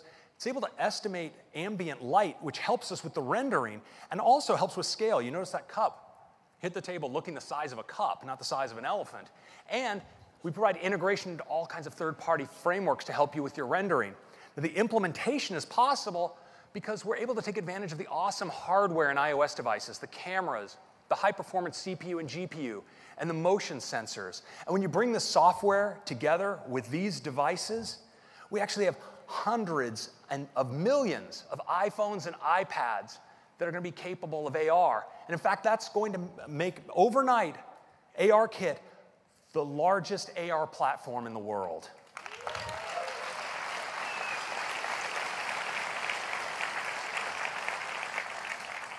We've had some third parties in to take a look at ARKit, and they are totally excited, and we are just blown away by what they've been able to accomplish. IKEA, of course, is placing furniture everywhere, and it's really super awesome. But check this out, what you can do with Batman Lego. I mean, how fun is this? Right on the table, a Lego with a live Lego, Batman, and you can explode the Lego like you could never do in the real world, pan around it, and interact with Batman right there. It's really awesome. And then Pokemon Go. Well, we've all seen it before, but check it out with ARKit. The Pokemon is so real. He's right there on the ground. As the ball bounces, it actually bounces right there in the real environment. It's AR like you've never seen it before. Now,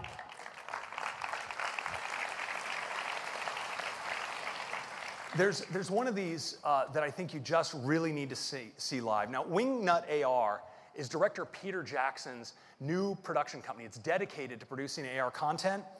We all know Peter Jackson from his incredible cinematic work on movies like the Lord of the Rings series, but he's now really excited about AR. And to show you what he has in the works, I'm thrilled to introduce Wingnut AR's creative director, Alistair Cool.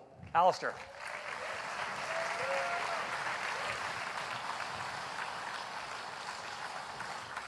Thanks, Craig. We're really excited to share an exclusive sneak peek at something we've been working on. With ARKit, you don't need any special equipment or tracking markers, it just works. Dan's here with me from Wingnut AR, so let's take a look.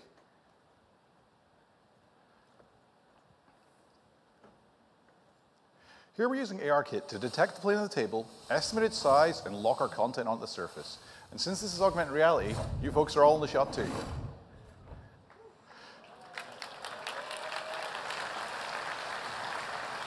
This is all rendered in real time using the power of Unreal Engine 4. We're at a remote outpost on a desolate world where supplies are scarce. Airships come here to refuel, get repairs, and to trade. These are our townsfolk. They're expecting some visitors soon, so they're all starting to get ready for their arrival. Except for this guy down here, apparently. Who hired him?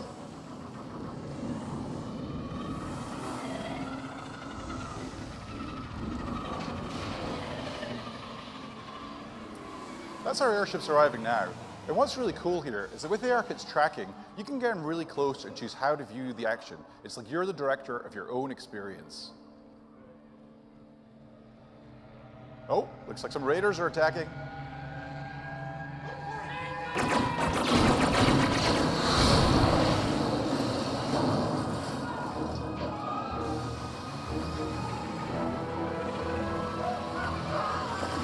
Whoa, well, I guess that takes care of that guy.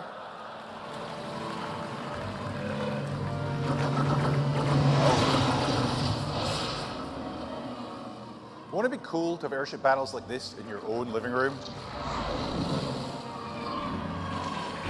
Oh, I think they're going to regret attacking this outpost.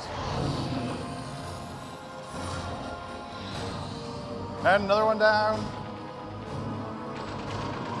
And we got him. Oh. Eek. Well, that didn't end well for anyone. But our heroes are limping away to fight another day. So that's one of the things we've been up to at Wingnut AR. And the fact that ARKit, thank you.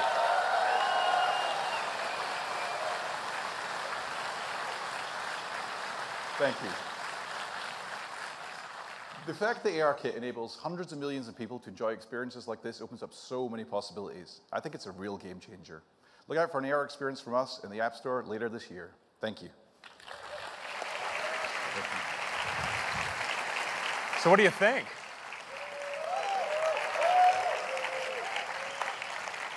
So those are some of the major features in iOS 11. Of course, there's much more than we have time to talk about today, but I want to highlight some features of special interest to our customers in China, like QR code support integrated right into the main camera, accessible from the lock screen. Super useful for customers in China. So that's our update for iOS 11. I'm going to turn it back to Tim. Thank you. That's right. iOS 11 is absolutely jam-packed with great features, and I can't wait for you to get your hands on the new App Store and ARKit. Number 5, an important part of the iOS story is, of course, iPad. iPad has completely changed the way we work, play, teach, learn, and create. It's truly a magical piece of glass that transforms into anything you want. We've been pushing the boundaries on iPad, and today we're going to push them further than ever before. And to tell you all about it, I'd like to invite up Jaws. Jaws?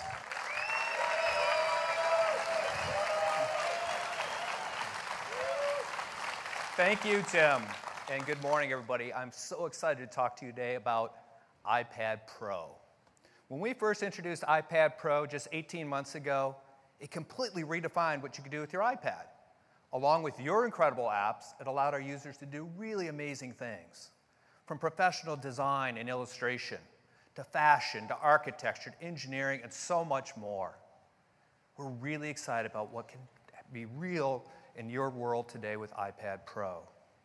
Well, and as you know, there's 2 models to iPad Pro today. There's a 13-inch and a 9.7-inch. And the 9.7-inch is our most popular model. It has a screen large enough to get your work done, but it's in a thin and light enough package that allows you to take it with you everywhere you go. Well, today, we're going to introduce an all-new iPad Pro. It's going to take everything you love about the 9.7-inch and give you a whole lot more to love. Let's take a look. This is the new iPad Pro.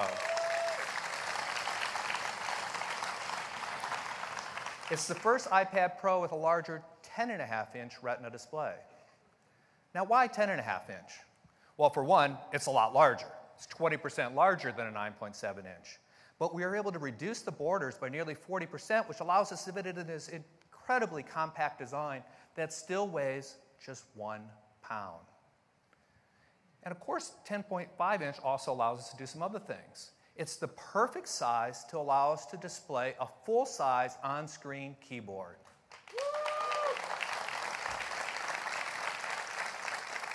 It's also the perfect size to allow us to have a full-size smart keyboard as well. And when we deliver the smart keyboard, we're going to have support for more than 30 languages at launch, including Chinese, and for the very first time, a Japanese JIS keyboard. Now, iPad Pro has always had the best displays in the industry, and both sizes are going to get really incredible new displays today. They're the best displays that we've ever made. They're packed with incredible features like True Tone for automatic white balance, P3 wide color gamut for the best color, ultra-low reflectivity, the best in the industry, and they're 50% brighter with 600 nits. And this extra brightness and the P3 wide color gamut means that with iOS 11, you'll be able to display HDR video for the first time on an iPad for a really immersive cinematic experience. They're truly awesome displays. But our biggest breakthrough is a feature we call ProMotion. So what is ProMotion? Well, we were able to take our unique hardware and software capabilities and dramatically improve our display performance. Now, typically, up until today, mobile displays have refreshed at 60 hertz, means they update their content 60 times every second.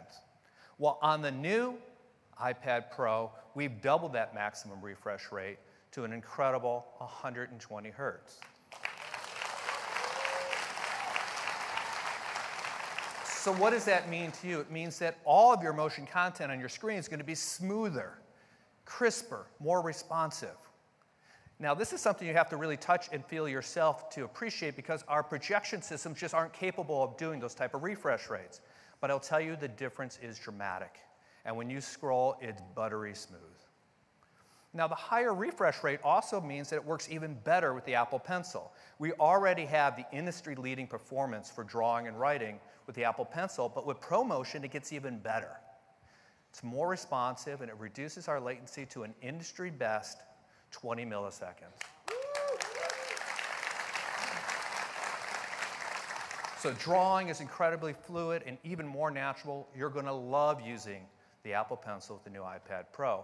Another breakthrough with ProMotion is that these become the first mobile displays to be able to dynamically adjust their refresh rate, depending on what you're looking at. And this is a really big breakthrough for both display quality as well as for power savings. So when you have fast-moving content, they can update quickly. But they can also update slower when you don't need that type of refresh rate. For example, a still image. This allows us to save a lot of energy and give you better battery life. So hopefully you see why these are not just the best displays that we've ever made, but we think they're the most advanced displays on the planet. Next, let's talk about performance. iPad is already best in class for performance, but we're not resting on our laurels. These are the fastest we've ever created. Inside them, they're powered by the A10X Fusion chip.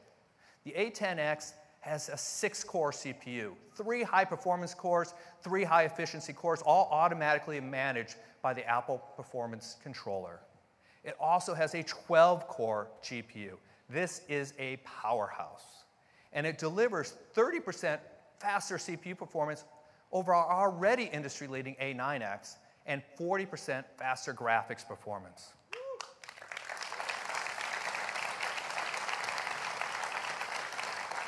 Our chip team has done just an amazing job over the years with the performance improvements, and the results have been staggering. They're delivering an industry-leading graphics performance that's more than 500 times the original iPad from just a few years ago. But of course, numbers only tell part of the story. To demonstrate the real-world performance of the A10X and the new iPad Pro, I'd like to invite Ash Hewson of Serif to give you a demo of their new Pro photo editing app called Affinity Photo. Ash? Thanks, Jules. So I'm thrilled today to be able to show you the iPad version of Affinity Photo. This is a truly high-end professional photo editing tool, and on this latest iPad Pro, we can achieve levels of performance which are simply unattainable on any other device. And I'm going to try and show you that today by creating a movie poster. I've already set up a few layers. I've kind of got this great background of some stormy sky. I've got a turbulent sea and this ship. Now, the first thing you'll notice when you're using this is that as you're kind of moving layers around, rotating them, or even just sort of panning and zooming around your work, I'm seeing all of this now at 120 frames a second, so it just feels incredibly smooth. But when you come to edit layers, because of metal, we can achieve performance more than 4 times an i7 quad-core desktop PC. And I'll show you what that means. On this C, I'm going to apply a 12 filter. And look, just with my finger, I can kind of push this C around. I can even just like flick a wave right over the side of the ship. It's a totally new way to kind of interact with your designs. And actually, everything's this fast. So let's say I wanted to set this ship on fire, for example. I've got this fireball here. I can move this over the back of the ship. But to make that look more realistic, I need to apply blend mode. Now, normally blend modes are something that takes a lot of trial and error. But now, look at this. I can just scrub down here, and I get an instant preview of all of the different blend modes. So it makes it really, really easy to select the right blend mode that I want. Now, of course, everything I've done so far, I've done using touch. But with iPad Pro, we have the best stylus that's ever been made. And we can do some great stuff with Apple Pencil too. A really good example of that is our lighting filter. So here I choose lighting. I'll make that a bit bigger. And look, I can actually control now the angle and the tilt of that light using Apple Pencil. There's no latency whatsoever. So it's a really immersive way to work. Now, I said at the start I was creating a movie poster. And in fact, what I'm actually doing is creating a pirate movie poster. So now I need a pirate. And I've got Captain Jack Sparrow here. But at the moment, of course, he's on the wrong background. So what I need to do is cut him out. And I'm going to use some selection tools to do that. So to start with, I'm just going to do, and you can see how quick it is to do a really quick selection with pencil to sort of snap around the edges. But of course, with selections, what often happens is you need to do a much more accurate selection around hair. And to do that, we're going to do a selection refinement. This is something that takes a huge amount of CPU power, but on this latest iPad, it's twice as fast as ever before. And you can see pretty much instantly I get a selection down to individual strands of hair.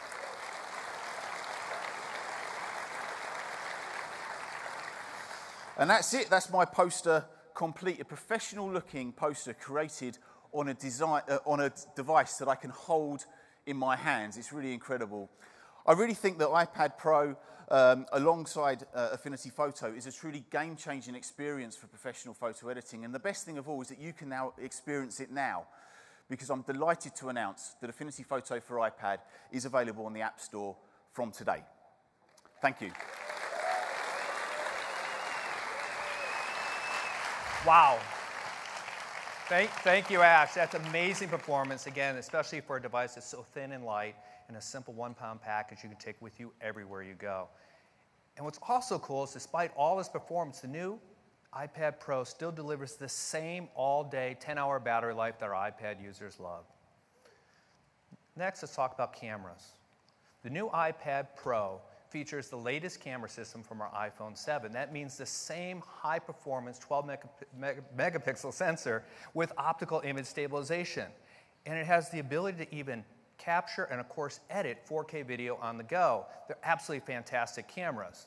The front-facing cameras from the iPhone 7 as well, with all of its great features, like wide color gamut capture, auto image stabilization, and the entire display can light up to become the world's brightest and largest Retina flash.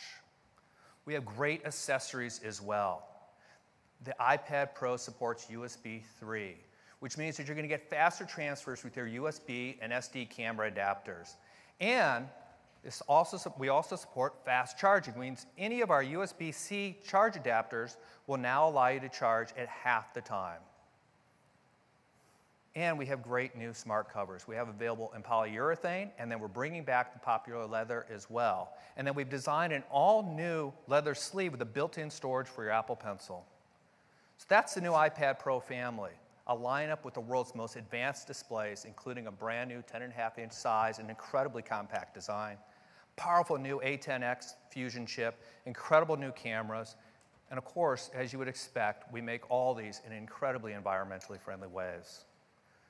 We're also going to double the amount of memory that comes at the beginning of these configurations. Both sizes will now start with 64 gigabytes of memory.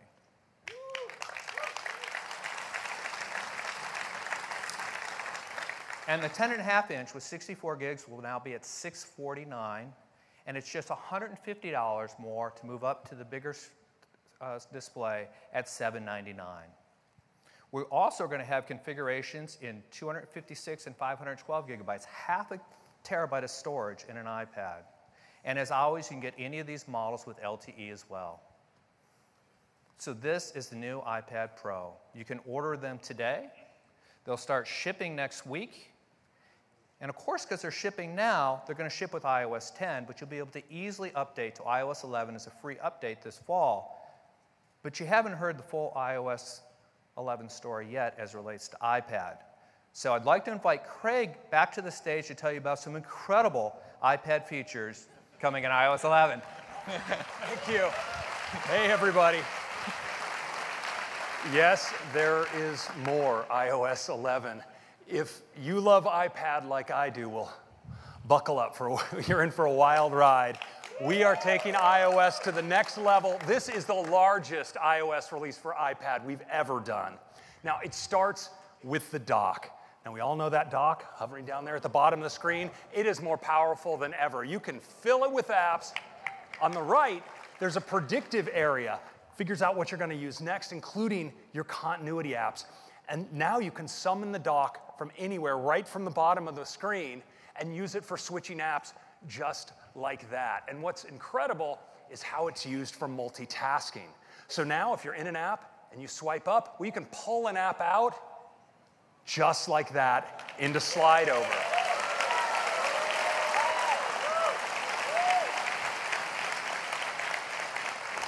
Now, of course, you can snap your apps into split view, but what's really cool is the new app switcher because it preserves all of your spaces with your app pairings. It's really great.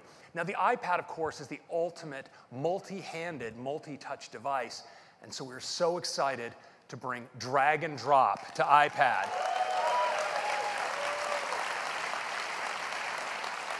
You can drag images, you can drag text, you can drag URLs, you can multi-select and multi-hand drag.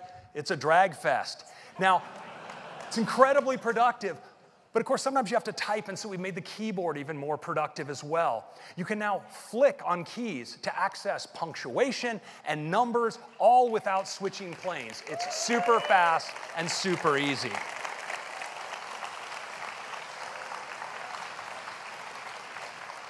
Now, we have a new app to introduce to you today, and it's called Files.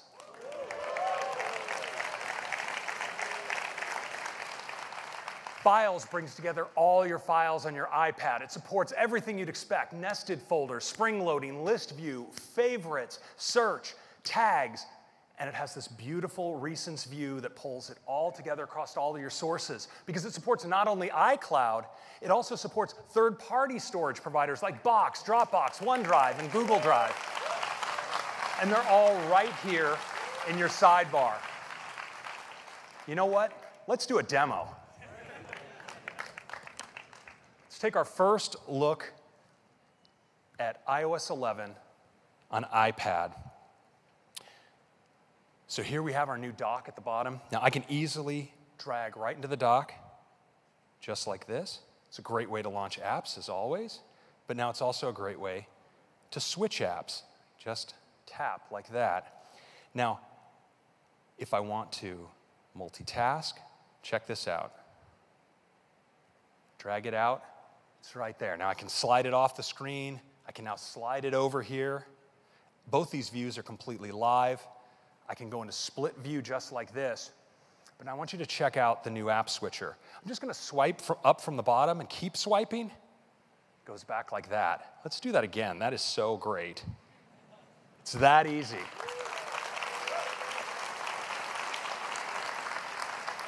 Now you notice my spaces are preserved. So over here on the left, I have Mail and Safari. In split view, I can just tap those open like this. Let's try some drag and drop. So I'm going to drag a URL from the top of Safari here right into this mail message.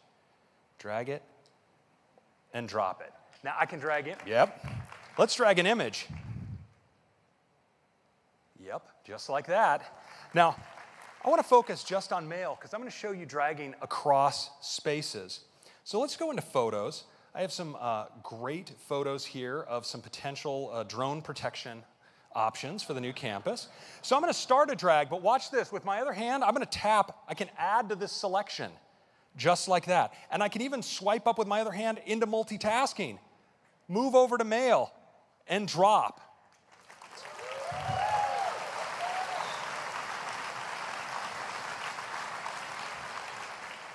Now I want to show you files. I can bring up files, of course, right from the dock in split view, just like this.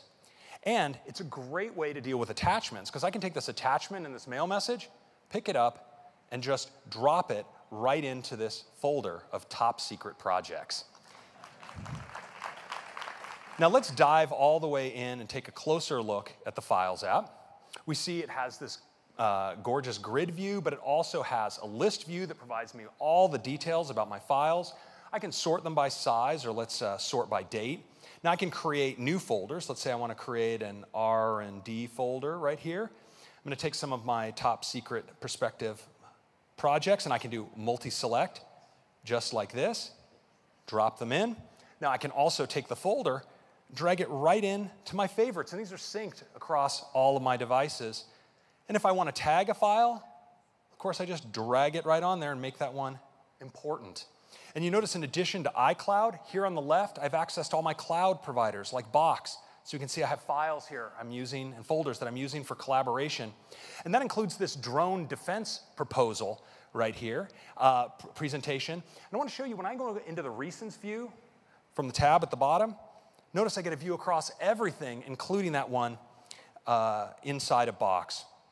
I'm going to tap into that Keynote presentation, and for my final act, I want to show you how I can use files directly from the dock. Just swipe up. If I tap and hold, I get access to my recent assets. I can just pick this up, drop it down, just like that. And that is a quick demo of our productivity features on iPad. Now, next, I want to talk about Apple Pencil, because Apple Pencil has really created a whole new way of working on iPad. And with iOS 11, we've integrated it deeply into the system. Now, it starts with markup, because you can mark up anything you can quick look. You can take Safari content. We create it into a continuous scrolling view that you can mark up. And you can actually do this with any app that supports printing, because we have a Create PDF option that'll create a markup PDF. It's a really great way to mark up anything and share it. And we know a lot of people do like to share with screenshots. And so now, when you take a screenshot, we'll create a thumbnail down on the bottom of the screen. If you tap it, you go instantly into markup. You can mark it up right there and share it. Now, it's really cool. Now, we've also integrated Pencil deeply into Notes. So if you're working on a note and later you're at the lock screen, you want to get back, just a tap of the pencil to the lock screen and you're right back into your note. And we've made your note handwritten text searchable. So we can now search handwriting. We use deep learning to recognize what you write. And if you're doing primarily typed notes, you can now also do inline drawings right there. It's very handy. Now, of course, sometimes we still have to deal with paper, so Notes now has a built-in document scanner. It can correct perspective and contrast. And when you bring the note in, you can mark it up right with your pencil. And we've integrated markup into mail as well, so you can personalize your mail messages with inline drawings. Now, for a look at all of these great new pencil features, I'd like to introduce the man who heads iPad software engineering for us, Toby Patterson, for a live demo. Toby. Good morning. Well, the first thing I want to show you is a quick way of getting to your notes using your Apple Pencil. You just tap on the lock screen like this, and it slides up to reveal your notes beneath it. Now, you can see here I've got a handwritten note. And I want to show you how easy it is to create one of these. Watch at the top of the note here as I edit the title just by putting the pencil down and writing like this after the 2017 Keynote. It's as natural as putting pencil to paper. Now, something paper can't help you with is finding your notes again later. We're using machine learning to recognize your handwriting and index it in Spotlight. Let's switch into Spotlight now, and we'll search for that text that I just wrote out. You can see here I've got the new Flick keyboard, which makes it really easy to enter numbers just by swiping down on the keys like this. And you can see there it's already found my note as the top hit, even with my atrocious handwriting. We'll just tap on that, and we're back at the note. Now, I'm going to switch to a different note now because I want to show you how you can mix drawing with typed text and tables and all of Notes' other great features. This is a note that my young daughter shared with me as part of a school assignment where she had to work with her parents to develop an idea for a new app. Now, she asked me how many copies of our app I thought we might sell, and so I want to quickly draw a graph to give her some idea of that. I'm just going to press down here with the pencil to make some space for my drawing, and we can take that little grabber and open up some more room. Now, I am really bad at drawing, but I just love doing it. And what's great about drawing on the iPad is it works the same way as it does with paper. And that means it's really easy for me to draw really badly right here. Watch, I'm just gonna put the pencil down, and just like that, zoop. It's so simple, and I think you're gonna have a lot of fun rediscovering the joy of drawing. But let's move on now. So, my daughter's learned a few things from me about how Apple works, and before I left this morning, she gave me an NDA to sign. I'm going to use the new document scanner in Notes and my pencil to take care of that in a snap. We'll just tap the plus button here to bring up the document scanner, and all I need to do is point the camera at the piece of paper. Notes will take the picture automatically, even straighten the page up. We'll open it up full screen here, and now I just fill in the blanks with my pencil. And just like that, I've got a signed copy of the NDA saved away in my notes. Now, I see my daughter sent me a message, and it must be pretty important if she's interrupting my demo. So if you'll excuse me, I'm just going to tap on that and see what she has to say. Wow, an offer for $100 million is really pretty thrilling. I need to send this to my wife right away. I'm going to take a screenshot of this, and then we'll tap on the thumbnail here to open up our new screenshot editing UI. From here, I can crop it down to just the part of the image that I want to send. I can scribble a quick note with my pencil. And then I can bring up the share sheet to send it off to my wife right away. So these are just a few of the ways that you can use your pencil with your iPad in iOS 11. Back to you now, Craig. Thank you.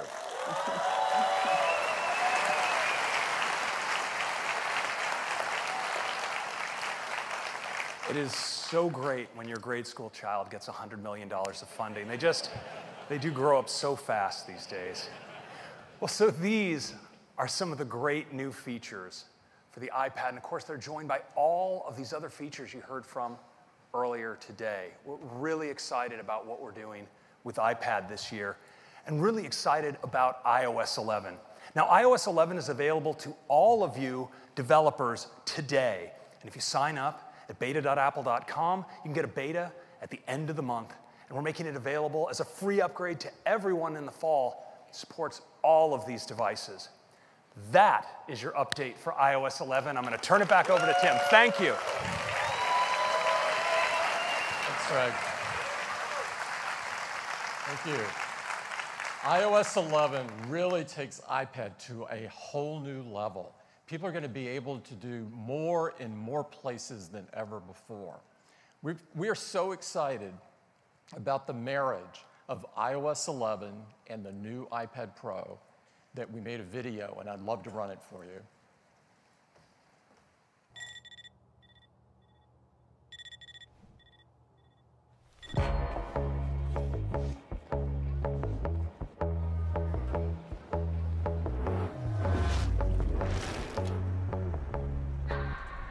keep my hands on myself. Think I'll dust them off, put them back up on the shelf. Kiss my little baby girl is in need. Am I coming out of left field? Ooh, I'm a rebel just for kicks now. Let me kick it like it's 1986 now. Might be over now, I can feel it still. We could fight a war for peace. Give in to that easy living, goodbye to my hopes and dreams.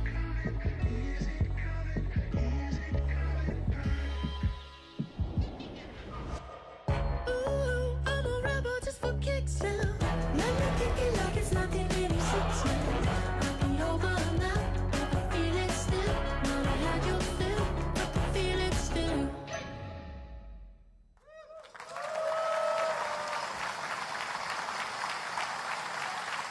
I hope you're as excited about the new iPad Pro and iOS 11 as we are. Now, we've got one last thing to talk to you about. Let's turn our attention to music. Music has always been a part of Apple's DNA. We first revolutionized the music industry with iTunes. Then we forever changed the way people listen to music on the go with the iPod. And today, iPhone has become the best portable music player in the world. And it's even better when it's paired with Apple Music. You now have 40 million songs in your pocket. And when you add AirPods, it brings an absolutely magical experience to wireless audio. Now, so we have such a great portable music experience, but what about our homes? We think we can do a lot to make this experience much better. Just like we did with portable music, we want to reinvent home music. And I'd like to invite Phil up to tell you all about it. Phil.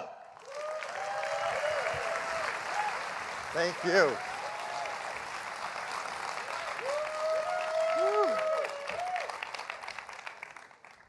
This is really exciting. The chance to reinvent the way we enjoy music in the home. I can't think of anything that matters more to so many of us. Why hasn't this happened yet? There certainly are a lot of companies hard at work making products to enjoy music in our home. But none of them have quite nailed it yet. Some have worked hard to make wireless music sound good around our homes. But these aren't smart speakers. Others have worked to make smart speakers that you can talk to. But they don't sound so great when you listen to music. We want to combine all this in a product that can really deliver a breakthrough experience. And our team has been hard at work for many years now on a breakthrough home speaker. And it has to do a few things really great if it's going to be a great breakthrough speaker. First, it needs to rock the house. Right? We need to enjoy our music, whatever genre you love, really low or really loud, free from distortion. Second, it needs to be spatially aware. It's going to fit in different rooms in our house, and it needs to be smart enough to know what to do to make the music sound great. Third, it has to be really fun to use. It has to have a built-in musicologist, an expert on music, who can help us to hear the music we love or discover music we're going to love. Now, we're working on this speaker for later this year, but we want to give you, 6,000 of our closest friends, a sneak peek at it this morning. And here it is.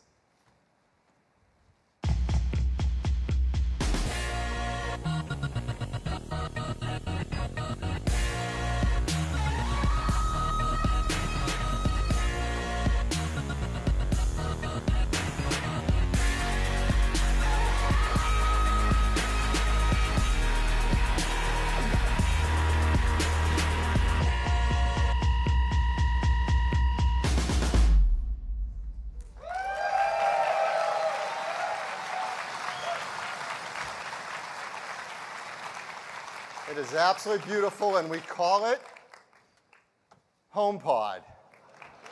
Yes. Just like iPod reinvented music in our pockets, HomePod is going to reinvent music in our homes. So let's talk about these features. First, rock the house. The HomePod is just under 7 inches tall. It's covered in a seamless 3D mesh fabric that has incredible acoustic properties. And it hides within it amazing audio technology. For example, along the bottom is a 7-array beamform tweeter pack that's packed with 7 tweeters, each with their own individual driver. They have precision acoustic horns that drive the audio from within and then out along the bottom with tremendous directional control. And that'll become really clear in a bit as we talk about how it works. It has a really big woofer, a 4-inch woofer, upward facing with a large motor to move a lot of air. It has automatic bass equalization and dynamic software modeling so that as we turn the volume up, it's free from distortion. And all of this is controlled by an Apple A8 chip. Yes, the same chip that powers the inside of our iPhone is inside HomePod. It's perhaps the biggest brain ever in a speaker, and it does some incredible things.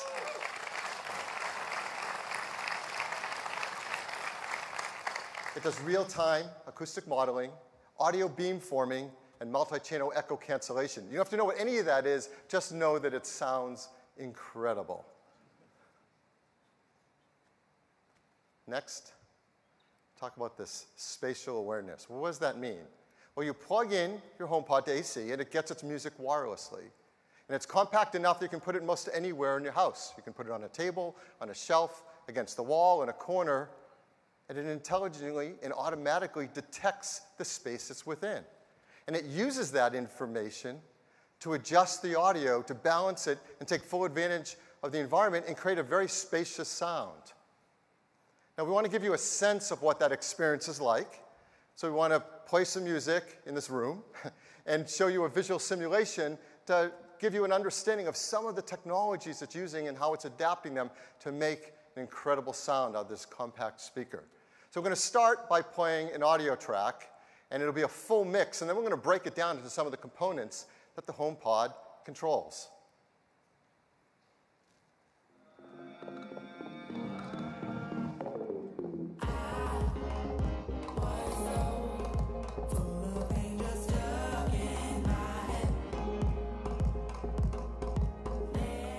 So that's a full, rich audio mix. But within it, HomePod detects the center vocals and can use beamforming to direct that.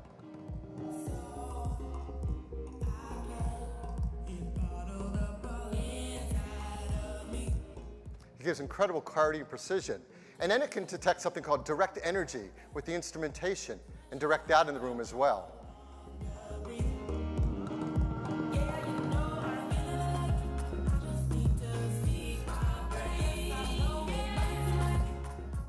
In addition to that direct energy, there's something that's usually missing in music, ambient audio, the backing vocals and reverb.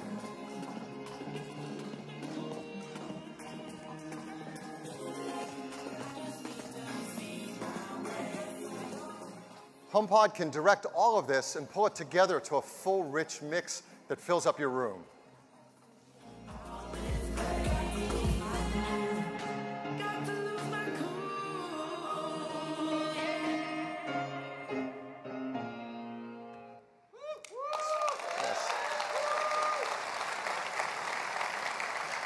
It's a really remarkable experience to hear this kind of a spacious sound come from such a compact speaker. And if you love one, you should see what it's like when you set up 2, and they automatically work together to give this incredible spacious sound that really has the power to rock your house. Next, a musicologist, this intelligent helper to help us discover the music we love. HomePod has an incredible speaker system that works together with our Apple Music subscription. From the beginning, it's designed to work with that. Now, Apple Music, as you know, provides music in the cloud, and the speaker can get it directly from the cloud. You can get 40 million tracks, 2 million artists, tens of thousands of playlists, but not just any music library. This is your music library. It knows the playlists you've set up. It knows the artists you love, and all of them stream directly to your HomePod. It works with an array of 6 microphones around the middle. So as you talk to it and you say those magic words, "Hey Siri," you see a waveform light up on top, and now it can respond to your commands and help serve up the music you want to hear. The Siri team has worked very hard to adapt the domain of music and Siri to be even greater and understand more of the questions we're going to ask about music. Simple things, obviously, like play Beats One Radio. We all want to do that. Or play I'm Poppy. Check it out if you don't know what that's about. Play something new. Who's singing on this track? Something I ask all the time. Who's playing drums on this track? For complex questions like, what was the top song on May 5th, 2016? Or just play more like that, or I like that song. These are free form. Siri doesn't need a specific list of commands. It can interpret what you're saying and help you discover the music you love. And even better, you don't have to just sit next to the HomePod to talk to it. You can be across the room and speak to the HomePod even while loud music is playing, and the speaker array and the microphones can pick it up and hear what you're saying. So HomePod, it has the power to rock the house. It has spatial awareness so that it understands the rooms we place it within. And it has the fun interactivity of Siri becoming a musicologist and helping us to listen to the music we love. And since Siri's built in there and you can speak to it, well, the team's also worked hard to make it a great and helpful home assistant as well. We said the domain of music is something Siri knows really well in HomePod. There are other domains as well. We've worked hard to pick the first ones that we think matter most in a product like HomePod. So, of course, you can play your podcasts, but it can also do things like give you news, give you weather, traffic, sports. You can ask it to set a reminder, set a timer, text someone with messages. And if you have HomeKit devices set up in your home, you can speak to your HomePod and control your HomeKit devices. So, for example, with a HomePod set up, you can say, when do the Red Sox play next? They're going to beat the Yankees, trust me. Tune to NPR instead. Flip a coin. Remind me to bring snacks to a party. You can set up reminders, check all these sports, news, and weather, all directly with your voice. Talk to a HomePod that gets the information directly from the cloud.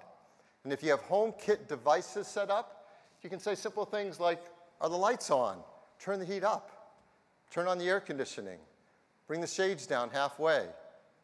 Turn off the lights in the bedroom. And if you've set up scenes in HomeKit, you can control those as well. You can say, I'm home. It's movie time. I'm leaving now. And the whole scene can automatically happen just by talking to your HomePod. And because there is a HomePod base, a HomeKit base built into HomePod, that means anywhere in the world, once you've set up your first HomePod, you control your HomeKit devices remotely using the built-in Home app on your iPhone or iPad. Now, setting up a HomePod and its microphone array in your home, you probably have a question that we've worked really hard to deal with, which is privacy. Our team cares deeply about your privacy. So, for example, it has that magic phrase, hey Siri. Until you say it, nothing's being sent to Apple. It recognizes when you do say it, and from that point, it sends an anonymous Siri ID in order to help you with the commands you're looking for. And of course, that communication is all encrypted. So this is the HomePod. It's a breakthrough home speaker. Typically, Wi-Fi speakers, if they're good quality, are $300 to $500. And a smart speaker might cost you $100 to $200. So it's not unreasonable for a HomePod to be priced in the range of $400 to $700. So we're really excited to tell you that HomePod is going to be priced for $349.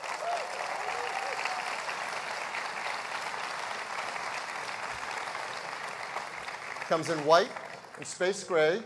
It'll start shipping this December, first in the US, the UK, and Australia, and then next year we'll start bringing it around the world. So that's HomePod. Back to you, Tim. Thank you. It is so cool. We really believe it's going to take your home music experience to the next level. Now, it's been an incredible morning. We've shared with you lots of things this morning, and all of them are shipping this year. Some now, some in the fall, and others at the end of the year. We got started with watchOS, more intuitive and intelligent than ever before, incredible new features to help us live a healthier life. macOS High Sierra, great refinements and technologies that will push the macOS experience forward. Updates to MacBook, MacBook Pro, and iMac, faster and more capable than ever before. And iOS 11, a major update of the world's best and most advanced mobile operating system, absolutely jam-packed with new features, including a completely new App Store, peer-to-peer payments in Apple Pay, and with ARKit, iOS 11 becomes the world's largest augmented reality platform overnight. iPad is taken to a whole new level with incredible iPad features in iOS 11. It's the biggest release for iPad ever. And of course, a new lineup of iPad Pro with an all-new, perfect 10.5-inch size with advanced displays, powerful new features that enable people to do more with their iPads than ever before. And we gave you 2 sneak peeks. iMac Pro, an entirely new workstation class of products that we designed specifically for our Pro users. And the HomePod, a breakthrough home speaker with amazing sound and incredible intelligence. It will reinvent home audio. Now, we have a hands-on area for the press set up to attend immediately after the keynote. And for all developers, we welcome you to come by from 4 to 7 p.m. this evening. We've got over 100 sessions planned for you this week and over 1,000 Apple engineers here to spend time with you, so take advantage of the time. Tomorrow, we've got a special fireside chat planned in the morning in this room. And someone will be joining us that's devoted her entire career to highlighting and encouraging young people, women, and doers.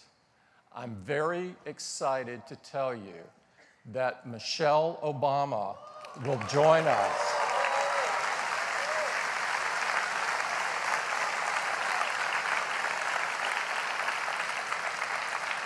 She'll be joining us for the open session in this room tomorrow, and she'll be talking about empowering people from all walks of life to change the world. This is a very special treat, and I encourage everyone to come. I hope everyone here has a fantastic week. Thank you. Thank you.